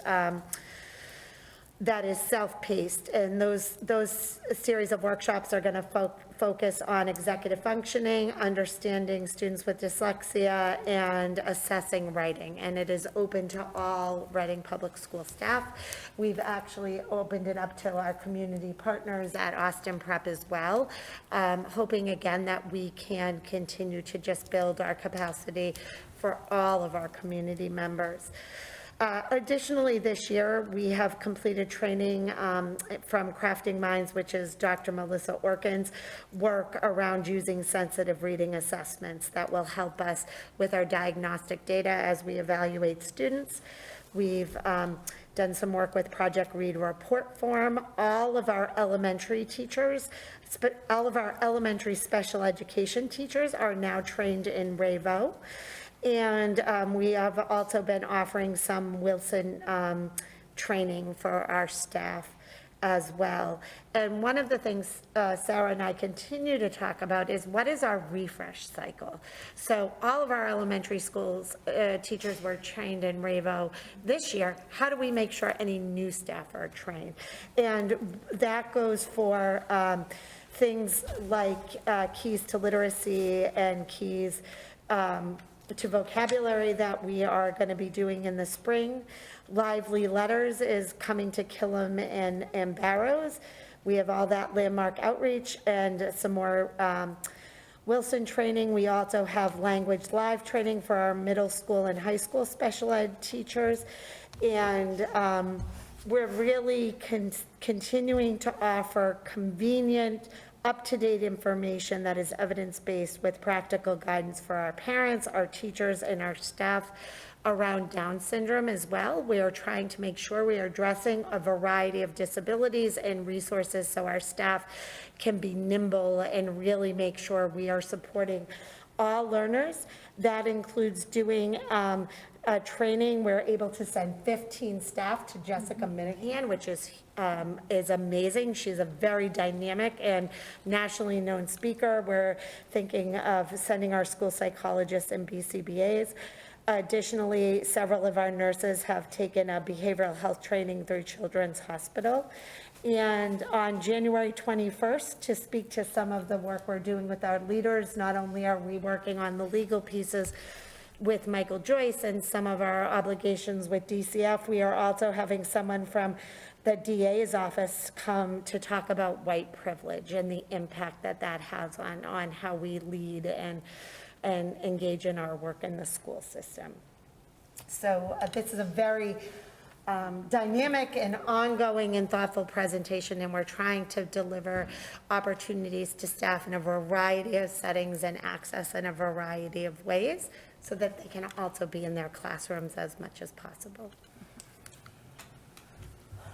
So as I had already talked, we're really continuing to enhance the role of our team chairs so that they can support the student study teams and allow the school principals more time to focus on learning and teaching. And so you'll see that we have we suggest an investment in taking our data specialist position from a 0.6 FTE, adding the 0.4 FTE to be full-time. We believe that this will help us manage and analyze student data and develop strategies for intervention and help us manage all of the data that is coming at us constantly. And then again, we are we've been looking at, and with Susan's help, we've been auditing where our professional development money lives and what other funds in our existing budget we want to include in that professional development fund. We believe by having it pooled will allow us to better access it and use those resources with our professional development plan that we put together for next school year.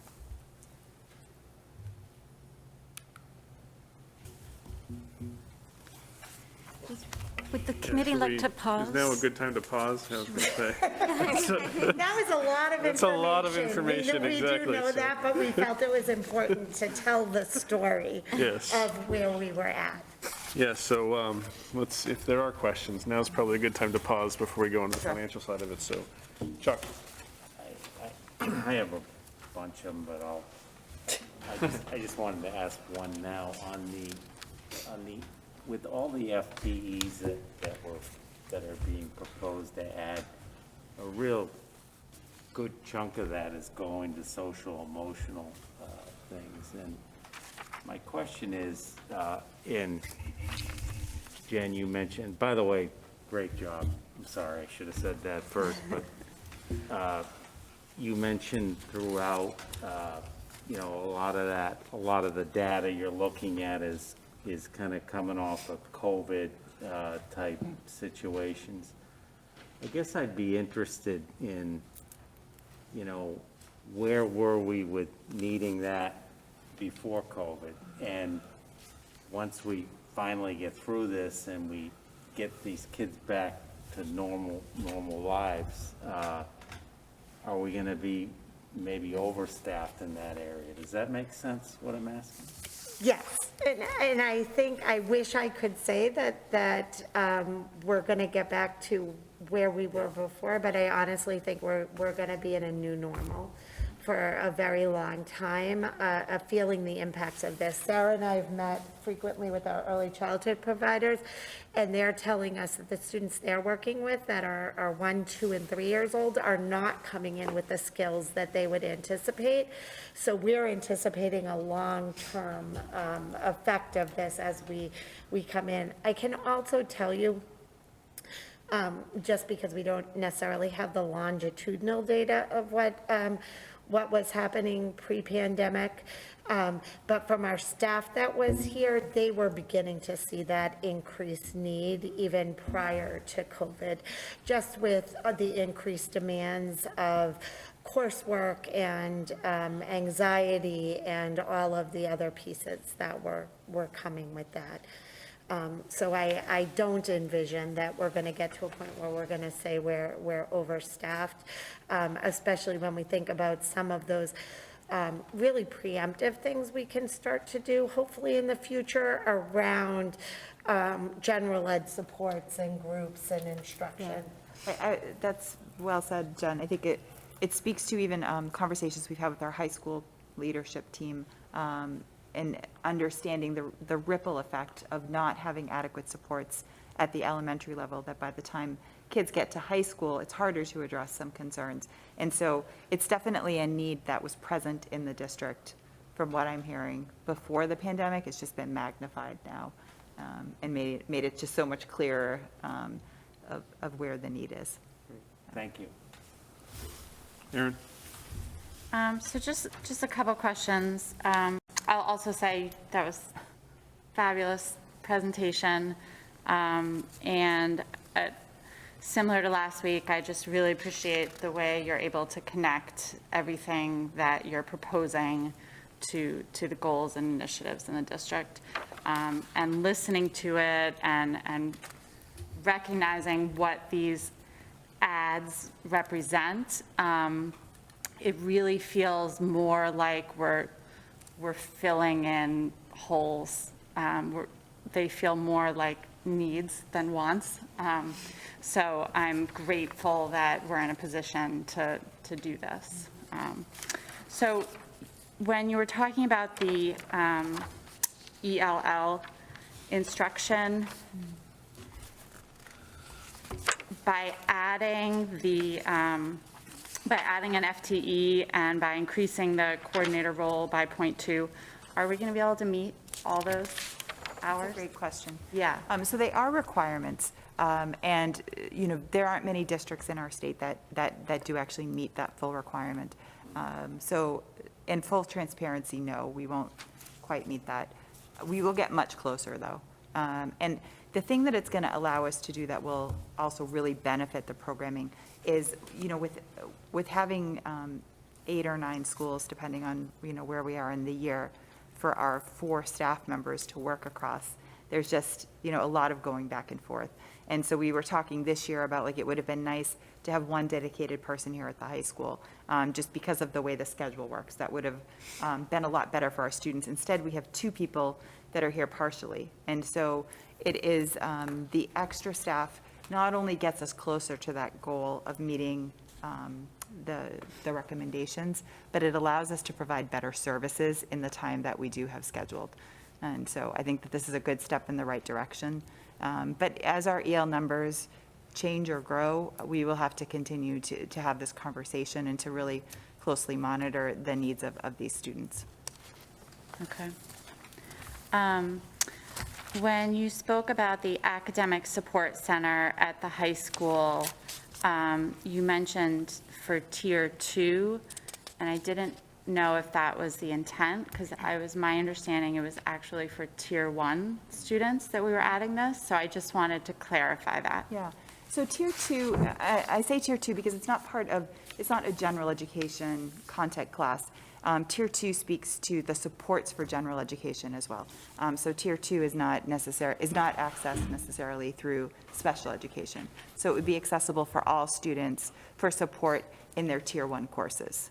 Okay. Does that make sense? Yeah, I want to be sure that it's for students who are not on IEPs, maybe they're on 504s, maybe not, but who seek, like you said, study skills, executive function, whatever, writing, whatever it is. I know we have a math lab currently, but that's literally the only thing that we have is support for those students. Tier 2 refers to supports that all students would be able to access when they need additional support. So, yeah, thank you for clarifying that. Great, thank you.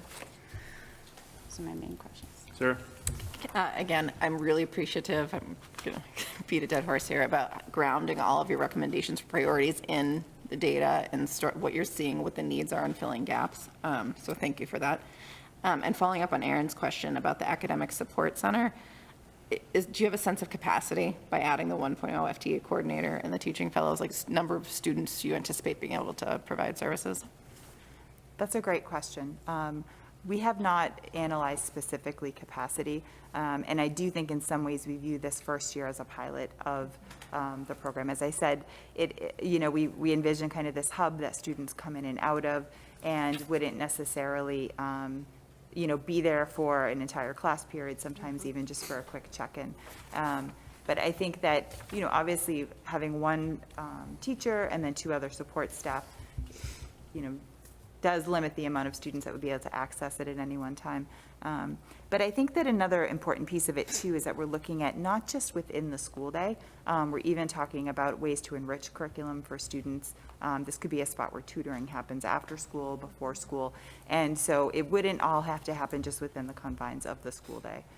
But that's a great question, and I appreciate that, because that's something that we can start to build into our plan as we analyze, exactly how many students we anticipate being able to meet the needs of, and something we can present to you at a later date. Great, thank you. One thing I would say too on that, Sarah, is that even over the past month, that conversation's evolved a lot.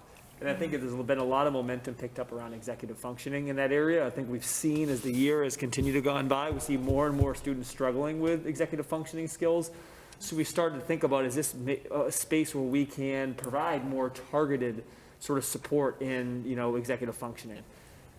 Now, how that's going to continue to play out this year, I don't know. I think with 3 staff members, we might be able to be a little bit flexible, but there's still a lot to be figured out with what are the exact programs we're mapping out there? How do students access these supports? Is it an academic and, executive functioning and this? So there's a lot to be figured out. I think it's clear there's a need in all of these areas, but how do we determine a focus that actually allows us to maximize that structure is going to be the big challenge. I don't think we're there yet. Sure, great, thank you. However, just to add to that, because we don't want to let this year go by without saying we are doing some direct instruction in that, we were able to purchase a library of books for each school. And Ali Sarno, who is one of our school psychologists, is also an executive functioning coach. She's been going around to staff meetings when schools have requested her to do some training. She and Tina Nutter, who Tina's team chair at the high school, have offered to do some groups for general education students in the short term while we are working on this. Similarly to Jillian Sullivan, who is one of the special education social workers, is working with one of Lynna Williams' interns to do some social emotional groups for general education students. So although we have a much bigger, longer term plan, we are doing some very targeted things right now to make sure we're starting to develop skills across all levels. Thank you. I just wanted, huh? Yep, go ahead, Paul. Had a follow-up on, that was one of the things I wanted to talk about as well, was the learning center, right? The other learning center, we'll call it. I guess we're being asked to add a position plus hire 2 fellows for that. I guess I'd like to see a little more detail as to what it's going to look like. I think it's a great idea, but I'd like to see, and I don't know whether that comes from Principal Tracy or somebody, but it's an ask significant financially that I'd like to have a little more detail about what's going to be getting off the ground next September. Absolutely. I think what, And I ask that respectfully. I think it's a great thing. I just would like to know a little more about it. that's a great question and comment. I think probably everyone would be helpful to chat through that. So why don't we have, kind of an update ready even next week, if that's okay, just to have a little bit more whether it's a written report or just even a quick oral report from Principal Tracy, just about in the current where we are, here's how he's seeing it, both short-term and long-term. So we'll prepare that for the next meetings. I think that would be helpful for the community. Yep. Thank you. You're going to go on this same topic or a different topic? I was going to piggyback. Piggyback, and then I'll piggyback off that. I was going to say, when I heard those, jumping off of what you were saying, Chuck, of the support areas, that I was thinking that wasn't enough, that, you're going to get the 2 fellows in and that one full-time person, and we were going to realize that it wasn't enough. So I guess I was thinking that almost the opposite way with that. So out of all of our discussions through the budget, it was interesting this time to hear about, and I know we've discussed in the past, all of the different processes that, the attendance procedures, the emergency response team procedures and things like that. So it was nice to hear, that those groups are already set up and working on those things that really have been lacking and that are going to be really helpful for us. So I was happy to hear that. Thank you. Oh, I'm going to build a little bit. Before I do that, I have to say thank you as well. A lot of detail, and like Sarah, I love the data, so I appreciate all the effort to gather that as part of this. It tells a very rich, very deep story about what's necessary here and all the thought processes and whatnot you have gone through as you put this recommendation together. So I just want to say thank you for that. As we think about next week in Mr. Tracy's presentation or your presentation, some of the things I have a question about here is, how's it going to work from a schedule perspective? I'm assuming flex block is an idea that's going to go there. Mr. Tracy's raised concerns about flex block this year, so does this address that concern, or is there something else that's in play there? I'm not worried, I'm wondering about the space. Is it going to be here in the library? Is it going to be in the cafeteria? Where is it going to be? That it's big enough to be a hub for people to come and go like you're talking about, but not, too big that it's the auditorium, right? That doesn't make any logical sense. You can't study in an auditorium. So what does the space plan look like, and in terms of how you're rolling that out? And then I also put my father hat on here a little bit with a teenage boy who has no interest in asking for help, but probably needs to have help. So at different times, how are we socializing this? How are we making this acceptable to go there, right? we're talking about high school students, some that have maybe too much pride that is necessary, right? So how do we say this is okay, right? You're expected to have, some of these challenges, and these are the people that are going to be there with open arms to help you, and there's no judgment on that, right? So I think some of it as well is, in addition to spinning the room up, is how do we make sure that from a student perspective, it's understood in a safe space to a degree. So those are some of the things I'm thinking about as we think about how this is going to roll out. Just having the people is one thing. The process, the involvement, the space, the everything is all part of that. So I know you guys are thinking through it all, but that's just some of the stuff I would be looking for from Mr. Tracy next week, or anything else like that as we think about it. Thank you. Any other questions on this portion before we move on? I have one more question I wrote down here, and that's with regards to the adjustment counselors / MECO coordinators. In all, we have 7 adjustment counselors we're adding, right? We've heard challenges about candidate pools in other spaces. So I'm wondering, do we have a good feel yet, maybe too soon, about what this candidate pool looks like and whether or not it's deep enough for a 7-person hiring process? Does anybody have a read on that yet, or do we? So I would say this, I'll start, then team, feel free to jump in too. I think the landscape in this has changed dramatically over the past couple of years. I feel that a school counselor position was one we used to be able to get, I think, a lot of really qualified applicants and be able to choose through a lot of really qualified applicants. But I think there's probably a lot of other school districts who are facing sort of similar challenges from us, which is probably going to lead to an increased demand. And I don't know if necessarily the supply has caught up to, and the programs have caught up to be able to support that. I am confident that, Reading is an attractable enough district, and that we have a lot of things in place that would want people to come to the district. With that said, I think it'll be more challenging than it has been in the past. I think to add another piece to it is that in these roles, we are really looking again to recruit, to build positions and bring in people who reflect the diversity of our community and of our students, especially if we are looking for people who are going to be playing a role as a METCO coordinator as well. We feel it's important that we have people of different races, ethnicities in these positions that reflect sort of the diversity of our students in this way.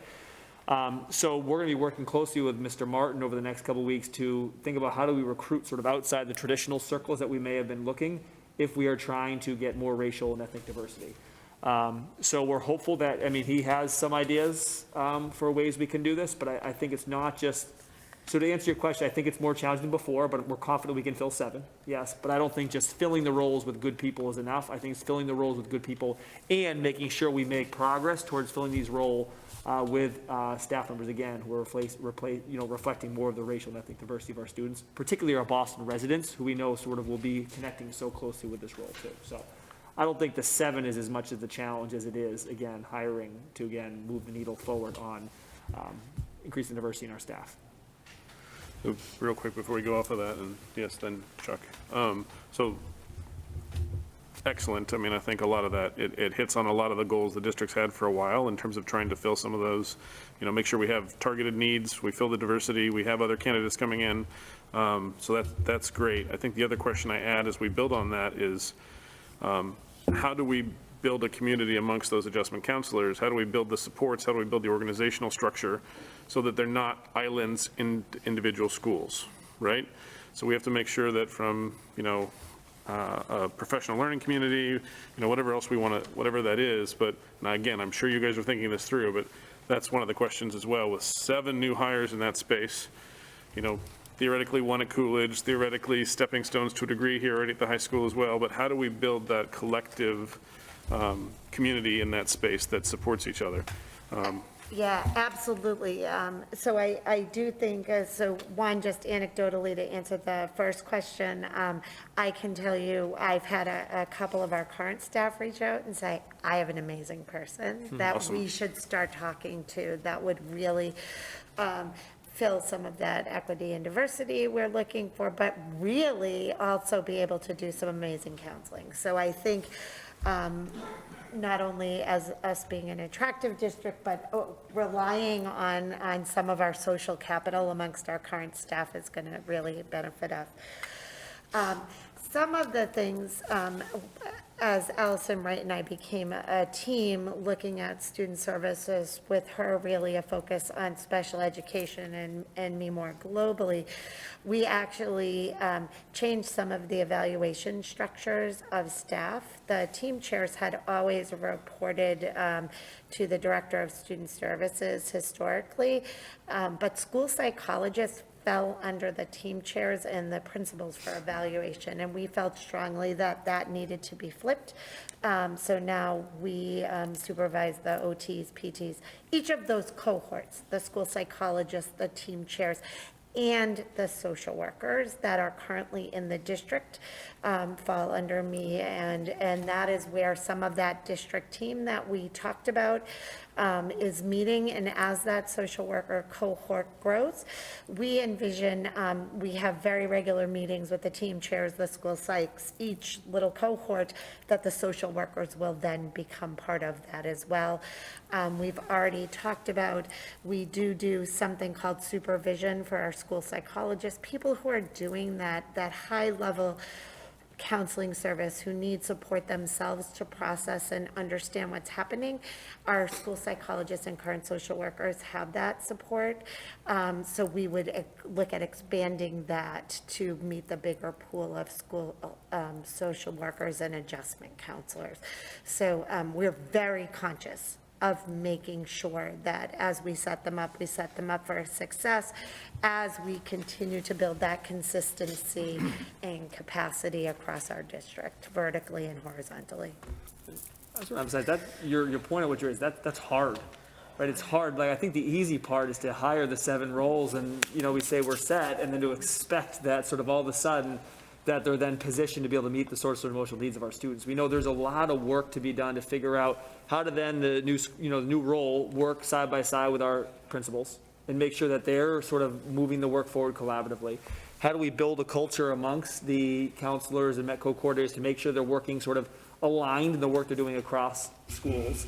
How is there appropriate supports and structures for them getting, work with Mr. Martin and also direct with our student support team? There is a lot of work, and that's really, really hard work. So I think we're aware of that. I think there's some lessons learned with the addition of a lot of team chair FTEs.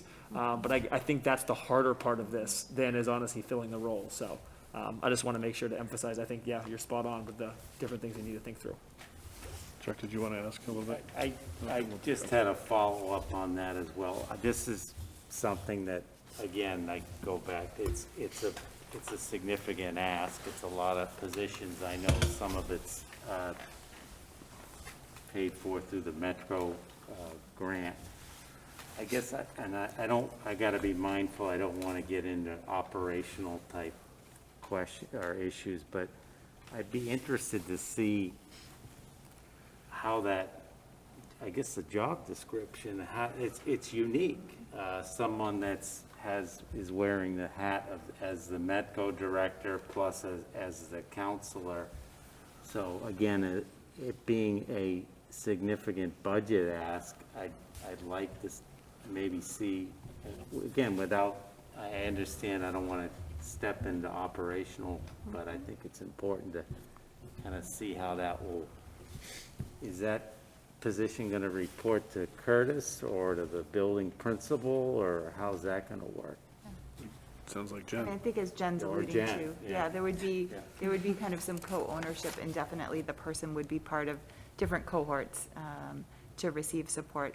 And you're right, that's one thing we've started to talk about, like what would the job description do? And Curtis has been working on some bullets of what that looks like. I think that the need, whether you're supporting our Boston resident students or our Reading resident students, it's supporting the same thing, their social emotional health, their ability to access school, their ability to feel that they belong, can access their schoolwork, and have adults that they trust. It is a unique position, and so that is, something we'll be working towards. It could provide you with as we go. We can do the same thing too, as we're checking in with Principal Tracy about some of the things, the academic center, we can make sure, we've had many conversations about this and what it would look like and start to put some things on paper. I don't think we've arrived at even a draft of it necessarily yet, but I think that's fair to sort of say that this is a huge investment. This is one of, I think, the biggest, sort of investment, new investment that we believe there's the need. I think we've articulated the clear need for this. but what it's going to look like, I think we can provide some more clarity on that. So let us put our heads together on that with the principals and with Mr. Martin, and then come back next week with something a little bit more formal to share, because I think that's a good point you raise. Thank you. Erin? This is sort of a clarification, but the math curriculum. So I know we have implemented the new curriculum with 3 through 6. And I will add, as a parent of a third grader, what my son is doing in math is so cool. I love seeing the math come home. The way that they have to, think about it and approach it and write out their thought process and the problem solving, that just the different pathways into solving things, I just think is awesome. And next year, we're implementing it in K through 2. Typically, when we have implemented new curriculum as a district, there's been a 3-year phase. So I guess I'm trying to understand what then comes next. Is it 7, 8? Will we be looking at the high school math? I know we've talked a little bit about, looking at math pathways in the district, but I do think it needs to be a priority. So I'm just wondering where that falls in terms of next year. Yeah, it's a great question. So yes, K to 2 next year for illustrative math. We recently adopted Envision for grades 7 and 8, and so that is a new program there, another evidence-based, high-quality program that we feel good about. But you're right, the conversation is ongoing about our math pathway and where students enter that pathway and how they're able to access our highest levels at the high school. And so yes, that's work. Those are conversations that are starting this year. Great. And we'll continue until we have a resolution and a plan that we feel really meets the needs of all of our learners. Great, thank you. Aaron, I have 2 follow-up thoughts. The first, you made my day when you said that it's cool and exciting, the new math they're doing. I can't tell you how many times I've heard from families, the new math is so fresh, not just in this context, but in general. And at home, we have those conversations with my own family, like, why is it being taught this? I mean, I know it's a buzz, right? So, but if you take the time to see how students are thinking and to hear them explain their thinking multiple ways is really exciting. And to see it come to life in, alive in RPS in so many different classrooms is really exciting. To hear what third graders are talking about in the exchange of their mathematical thinking is unbelievable. So I'm really excited about the math curriculum. I'm really excited about the PD that's been sort of supporting, and I'm also really excited about what teachers have been doing to grasp onto it and move it forward. I think it's going to have huge outcomes. Now, I think that has to be paired with some structural changes, with sort of tracks and pathways as we've talked about. I also think some of that's going to be coming through my entry process that I'll be sharing over the next couple of weeks and months.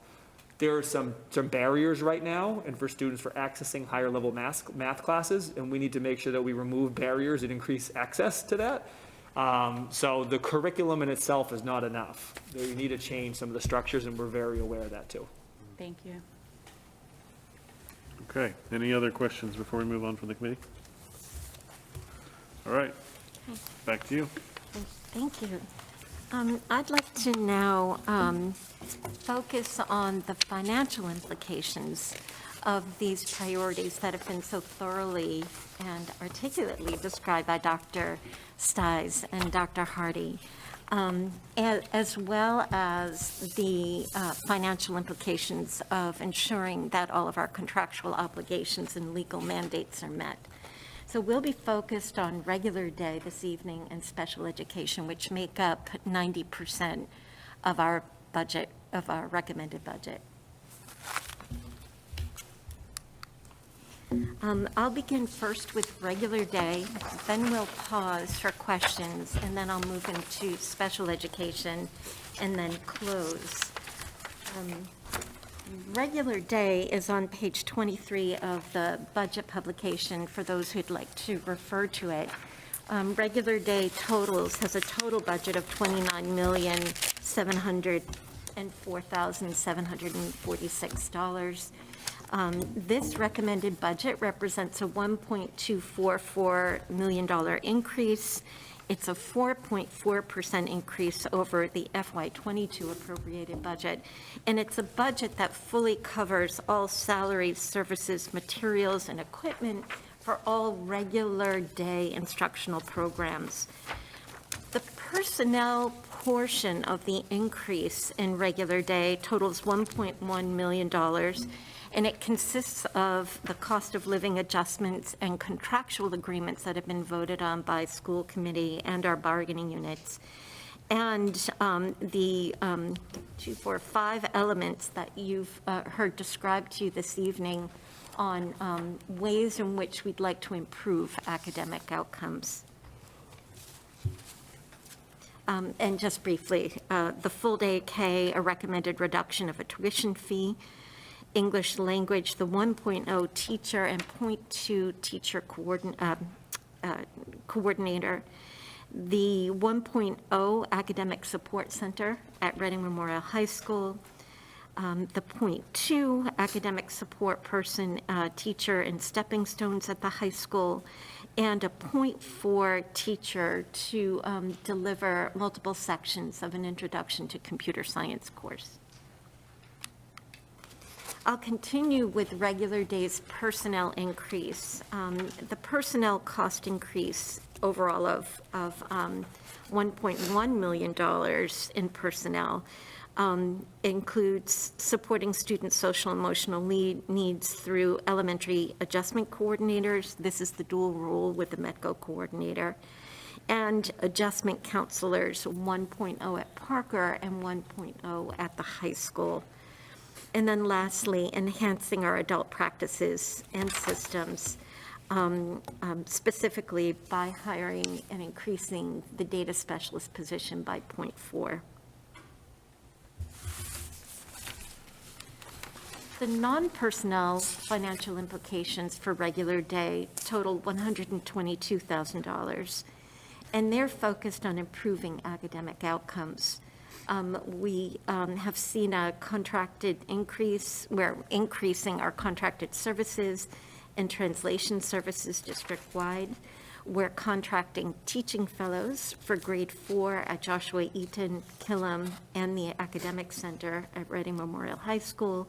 And the high school will be offering new pathways, as you've heard this evening, the dual enrollment at Endicott College and a gateway to college at North Shore Community College.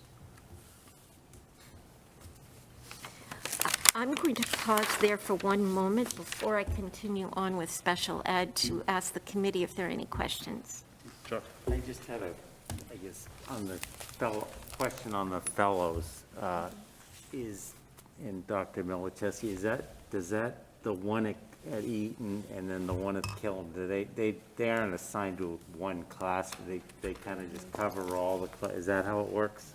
Great question. So technically, once we hire them for the Reading Public, we can use them wherever, right? Yeah. What we've talked to both Principal Levesque and Principal Shelburne is that they are planning on using them for that grade level. Now, if a need pops up that arises, they may be more, use them throughout the building in other ways. But the plan is to have them with the 4th grade as another part of that teaching team, and they're going to use that flexibly. They may, for example, choose to have that person, break up during math blocks into 4 smaller groups and have kids flexibly move throughout. They may have the fellow move in and sort of support and be a support staff member during literacy blocks in each of the different classrooms. They may have to have there's a lot of different models that they can use. And I think they're both pretty creative, and they're both already excited about different ways that they can But it's try nimble, we can do. It's nimble, we can do whatever we need in that moment. And another way a lot of districts have used this too is if someone's out, an absence, it's pretty seamless, right? Mm-hmm. So that's another thing for us to keep in mind, maybe, of just the substitute shortages, ways that we can be thoughtful there too. But yes, nimble is a good way to describe it. Carla? A follow-up, so there's 5 coming, there's 5 fellows, right? There are a total of 5. There are 2 at the high school, 3 at the elementary school. 2 will be deployed to the grade 4 or used throughout the school, and there'll be a 5th as a part of our instructional services to allocate to elementary or wherever the fellow will be needed. during the That was district. my question, was the last one, the district-wide instructional services. It's just a person to have to kind of plug in where needed. We expect that that person would be used at the elementary level. Okay, thank you. You're welcome. And just a little bit more on that too, we're looking at both at Endicott and Merrimack right now, and both the principals will be able to go through the interview process with the pool of candidates, and then so that's a kind of a matching process after that too. Thank you. All right, I'll jump in with a question or first a point. First on the fellows, I think it's a phenomenal creative idea on multiple levels. Getting potential people that we would then hire after their fellow year, right? It could be a feeder, in addition to the staff augmentation process that's going here. And, you know, the trial process of seeing piloting wise, if it makes better sense from a staff to student ratio perspective, instead of thinking of it as three teachers for 72, you really have 4 teachers for 72, but in 3 classrooms. And so how does that work, and is that more effective or not? I think it aligns very closely with some of the observations I think many of us have seen as we've gone through the different schools, to see that when you have 2 adults in a classroom, it changes the dynamic and the flexibility. And so I'm very curious to see the positive outcome of that. I'm going to put a pin in this from a conversation perspective because it's going to come up next week. But I'll just say this as well, just so everybody's aware. The full day K change here really has no budget impact this year. What it does is completely remove any flexibility we have in the revolving account going forward. So that's one key note. And as a result of that, right now, and this is one of the reasons we're going to have the conversation next week, it puts us at about a $650,000, $750,000 cliff for next year from the amount we're not going to have supporting the operating budget, the additional costs that we're going to have as a result of the school, not next year, but FY24. So not FY23, FY23 we're okay, it's FY24. So that's part of the conversation that leads into next week in terms of how do we look at that, how do we manage that, do we have a greater conversation from a town perspective, et cetera, or can we somehow support some of that in different ways? And this somewhat goes to some of the questions Chuck was asking, thinking back through some of these services, how much of them are COVID related? A lot of it is COVID related, but there is an underlying need as well. Is there something else we can think about from, you know, funding and supporting some of this from an ARPA perspective, whether it's our health needs, whether it's the counseling needs, or other things that give back to the budget so that we don't have to take out a revolving fund. So that's just things to think about. There's a lot of moving parts here, but I just wanted to make sure we're clear that that really has no impact this year. That impact is, or this budget year of FY23, that impact will be felt in the budget year of FY24. Some of the people at home just wanted to clarify on your point too of the ESSER funds, you know, with the cliff after the upcoming year is sort of what you're talking about with No, this, that's correct? additional. That's additional to this. That's what I'm saying, when you're pairing, when you put the figure of the 600, 700,000, correct? So just to clarify from my perspective, the ESSER funds cover the portion from the team chair perspective, and that's somewhere in the range of 250 to 300 is my understanding per year. What I'm referring to is the impact of the operating fund support that the 1.1 million is going to support, which is about 490,000 next year. And that coupled with the fact that the revenue forecast for FY24 will create a gap between the revenue that's coming in and the cost of the other half day of the teacher will lead to about a 650 to 750 just for FDK, Cliff. I see what you're saying. The operating budget has to take over next year, because you're out of the revolving now. Yep. So if you do it over 3 years, over 5 years, over 6 years, there's various different options to do, and there's various different conversations to have with FinCom, the town manager, et cetera, to see how we want to fund that and what that means. But it is a big conversation, and it's a big concern for me before we finalize this budget, and that's one of the reasons why we brought this forward as a greater conversation for next week. Thank you. Sorry, Susan, just keep going. So I will continue on with our special education cost center. Our special education cost center has a total FY23 recommended budget of $16,931,568. This is a net incremental increase over this year's appropriated budget of $666,000, which represents about a 4.1% increase. And within the special ed cost center, these funds pay for all special ed-related services, supplies, salaries, materials, equipment, and special education out-of-district transportation and tuition fees. Included within the personnel portion of the special ed cost center is an overall increase of $389,424.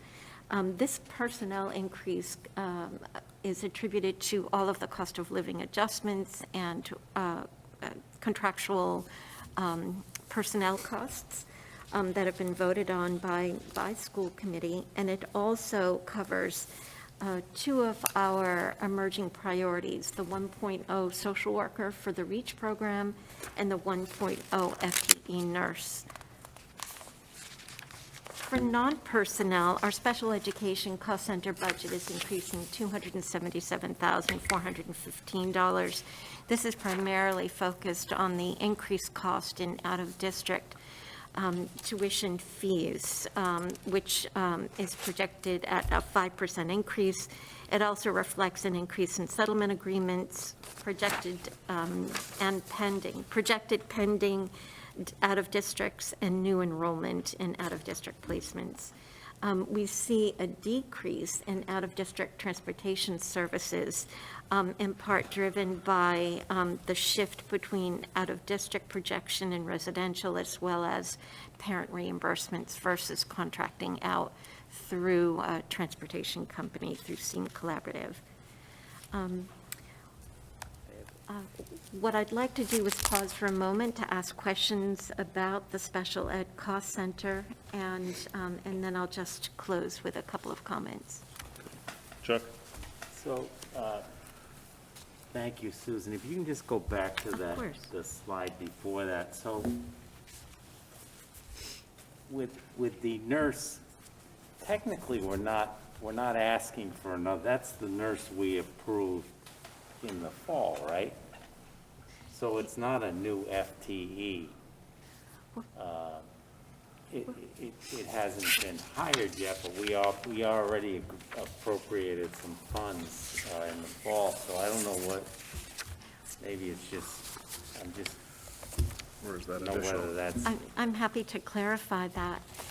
So this year in our FY22 appropriated budget, there was not that extra nurse. We're actually hiring the floater nurse with anticipated savings, with right, it savings wasn't, that we I understand, it wasn't appropriated when we did the Yes. budget, but we added it through, or accounted for it through savings We did. in the fall. So I guess it's just semantics, I guess. I just don't know what, that's really not a new position. It's something we've already agreed to as a school committee in the fall. That's correct. School committee did agree to it and supported the hire of that. Now I'm embedding that budget line item in next year's budget. Mr. Weiss, did you? Oh, go ahead. So this year, we're paying for that position through savings. Next year, it's actually embedded in the appropriated budget. I just had one other question. Before you go there, just wanted to see if I understood that properly and make sure that I'm processing it in my head as well. The way I'm processing this as a net add is that if we were fully staffed and we're able to fill, and we were able to pay everybody that was here, and the budget was what it was, we wouldn't have been able to add that one FTE. So we essentially paid for that with other positions this year. And so if we get to the fully staffed, we're going to need to up that one FTE Correct. to account for that process. That's right. That's correct. Okay. You're also taking away the 50 hours of the nurses that we currently have. Well, but that was funded by the fact that we didn't have other bodies in seats. So if we're fully staffed, we can't afford that in the existing budget. So this is an add to that. That's why, I think that's my understanding why she's putting it out that way. That's right. I just have one other. Go ahead. What was the, I didn't pick it up in here, what was the circuit breaker offset that we were using this year? For FY23, it's 1.499, so 1 million. Percentage-wise, is that? It's about $100,000 more than what we realized this year. So it's like 70%, or is that 70, I'm not sure I understand, Mr. Evans. how much they agreed to How much give? does it cover? What percentage of the transportation costs, do you know what percentage of the transportation costs it covers? The circuit breaker offset is 1.4 million, and transportation is budgeted for almost 1.1 million. So it covers entirely the transportation. And just to build on Chuck's question, is that, I guess the circuit breaker covered prior to the Student Opportunity Act, it covered only tuition. Yes. Is it going to, are we forecasting that it will include, or is it already including as part of that number you just said, the transportation now? Or are we still waiting for the state to fund that portion? No, the state, so in their calculation for calculating circuit breaker, for FY22 and for FY23, they are taking into consideration an amount of transportation as part of this reimbursement. They're reimbursing, I think it's 25% over and above the threshold, the per student threshold that they use to calculate the eligibility 47. of circuit breaker reimbursement. And it's only for students that are placed out of district. So while those circuit breaker funds can be calculated on very high-need students in district and are out of district students who meet that baseline, the transportation is only reimbursed on students that are out of district and meet the threshold. Which just so happens for us to be decreasing next year. So the next year, we're going to see a little bit Right. lower Right. number, except for the fact that they're also raising the percentage That's right. the they are. following year, Yes. so, okay. Any other questions? Back to you again, thank you so much. So you're very welcome, but and thank you. I wanted to make sure that was up there. And I did want to also share with you that I sincerely hope that this budget conveys to you the very thorough and collaborative process our team has gone through in order to identify priorities and calculate our needs and investments for next year. And we wanted to ensure that, the budget development process doesn't stop here. It continues every day throughout the fiscal year, so that we, as savings are generated from perhaps delays in hiring, those dollars and resources can be used immediately and during the current fiscal year in order to meet our students' needs. And this year, we have several excellent examples of that, from hiring the nurse to vacation academies, to being able to raise our substitute per diem rates in order to attract and be more competitive. So I want to thank you and let you know that every day we're, living and breathing these resources to ensure that our students' needs are met. So thank you very much. May I ask one question before we adjourn, just on protocol and procedure going forward? We've talked about FAQ, in case there's a bunch of questions that Yes. you've received over time. So are you expecting, or do you want us to send additional questions by a certain point in time so you have time to respond appropriately? And what would that date be, so we can make sure that we get those questions out to you? So I would so welcome your questions and the community's questions. If you could forward questions to me by Tuesday, I could prepare answers by Wednesday afternoon so that you can have those responses prior to the next school committee meeting. if you'd like to get questions to be well, actually Monday's a holiday, but by Monday, we're happy to provide responses, hopefully to get it into the packet on Tuesday for next week. So 2 different options. Just flexibly work it through? Yes. Okay, And they, go ahead. and they can be granular type questions. Absolutely, as, as nuts and bolts, nitty-gritty as you'd like, or big picture, whatever thoughts and wonderings you have. Thank you. Okay, any questions from the audience that we didn't already address? Any other final questions or thoughts here? Thank you all so much for your effort, your presentation, your skill in everything that you did tonight, and all the things that went into this. We so appreciate that. So I just want to continue to thank you for that as well. And with that said, I will entertain a motion. Motion to adjourn. Do I have a second? Carla? All in favor? All opposed? Seeing none, we are herefore adjourned.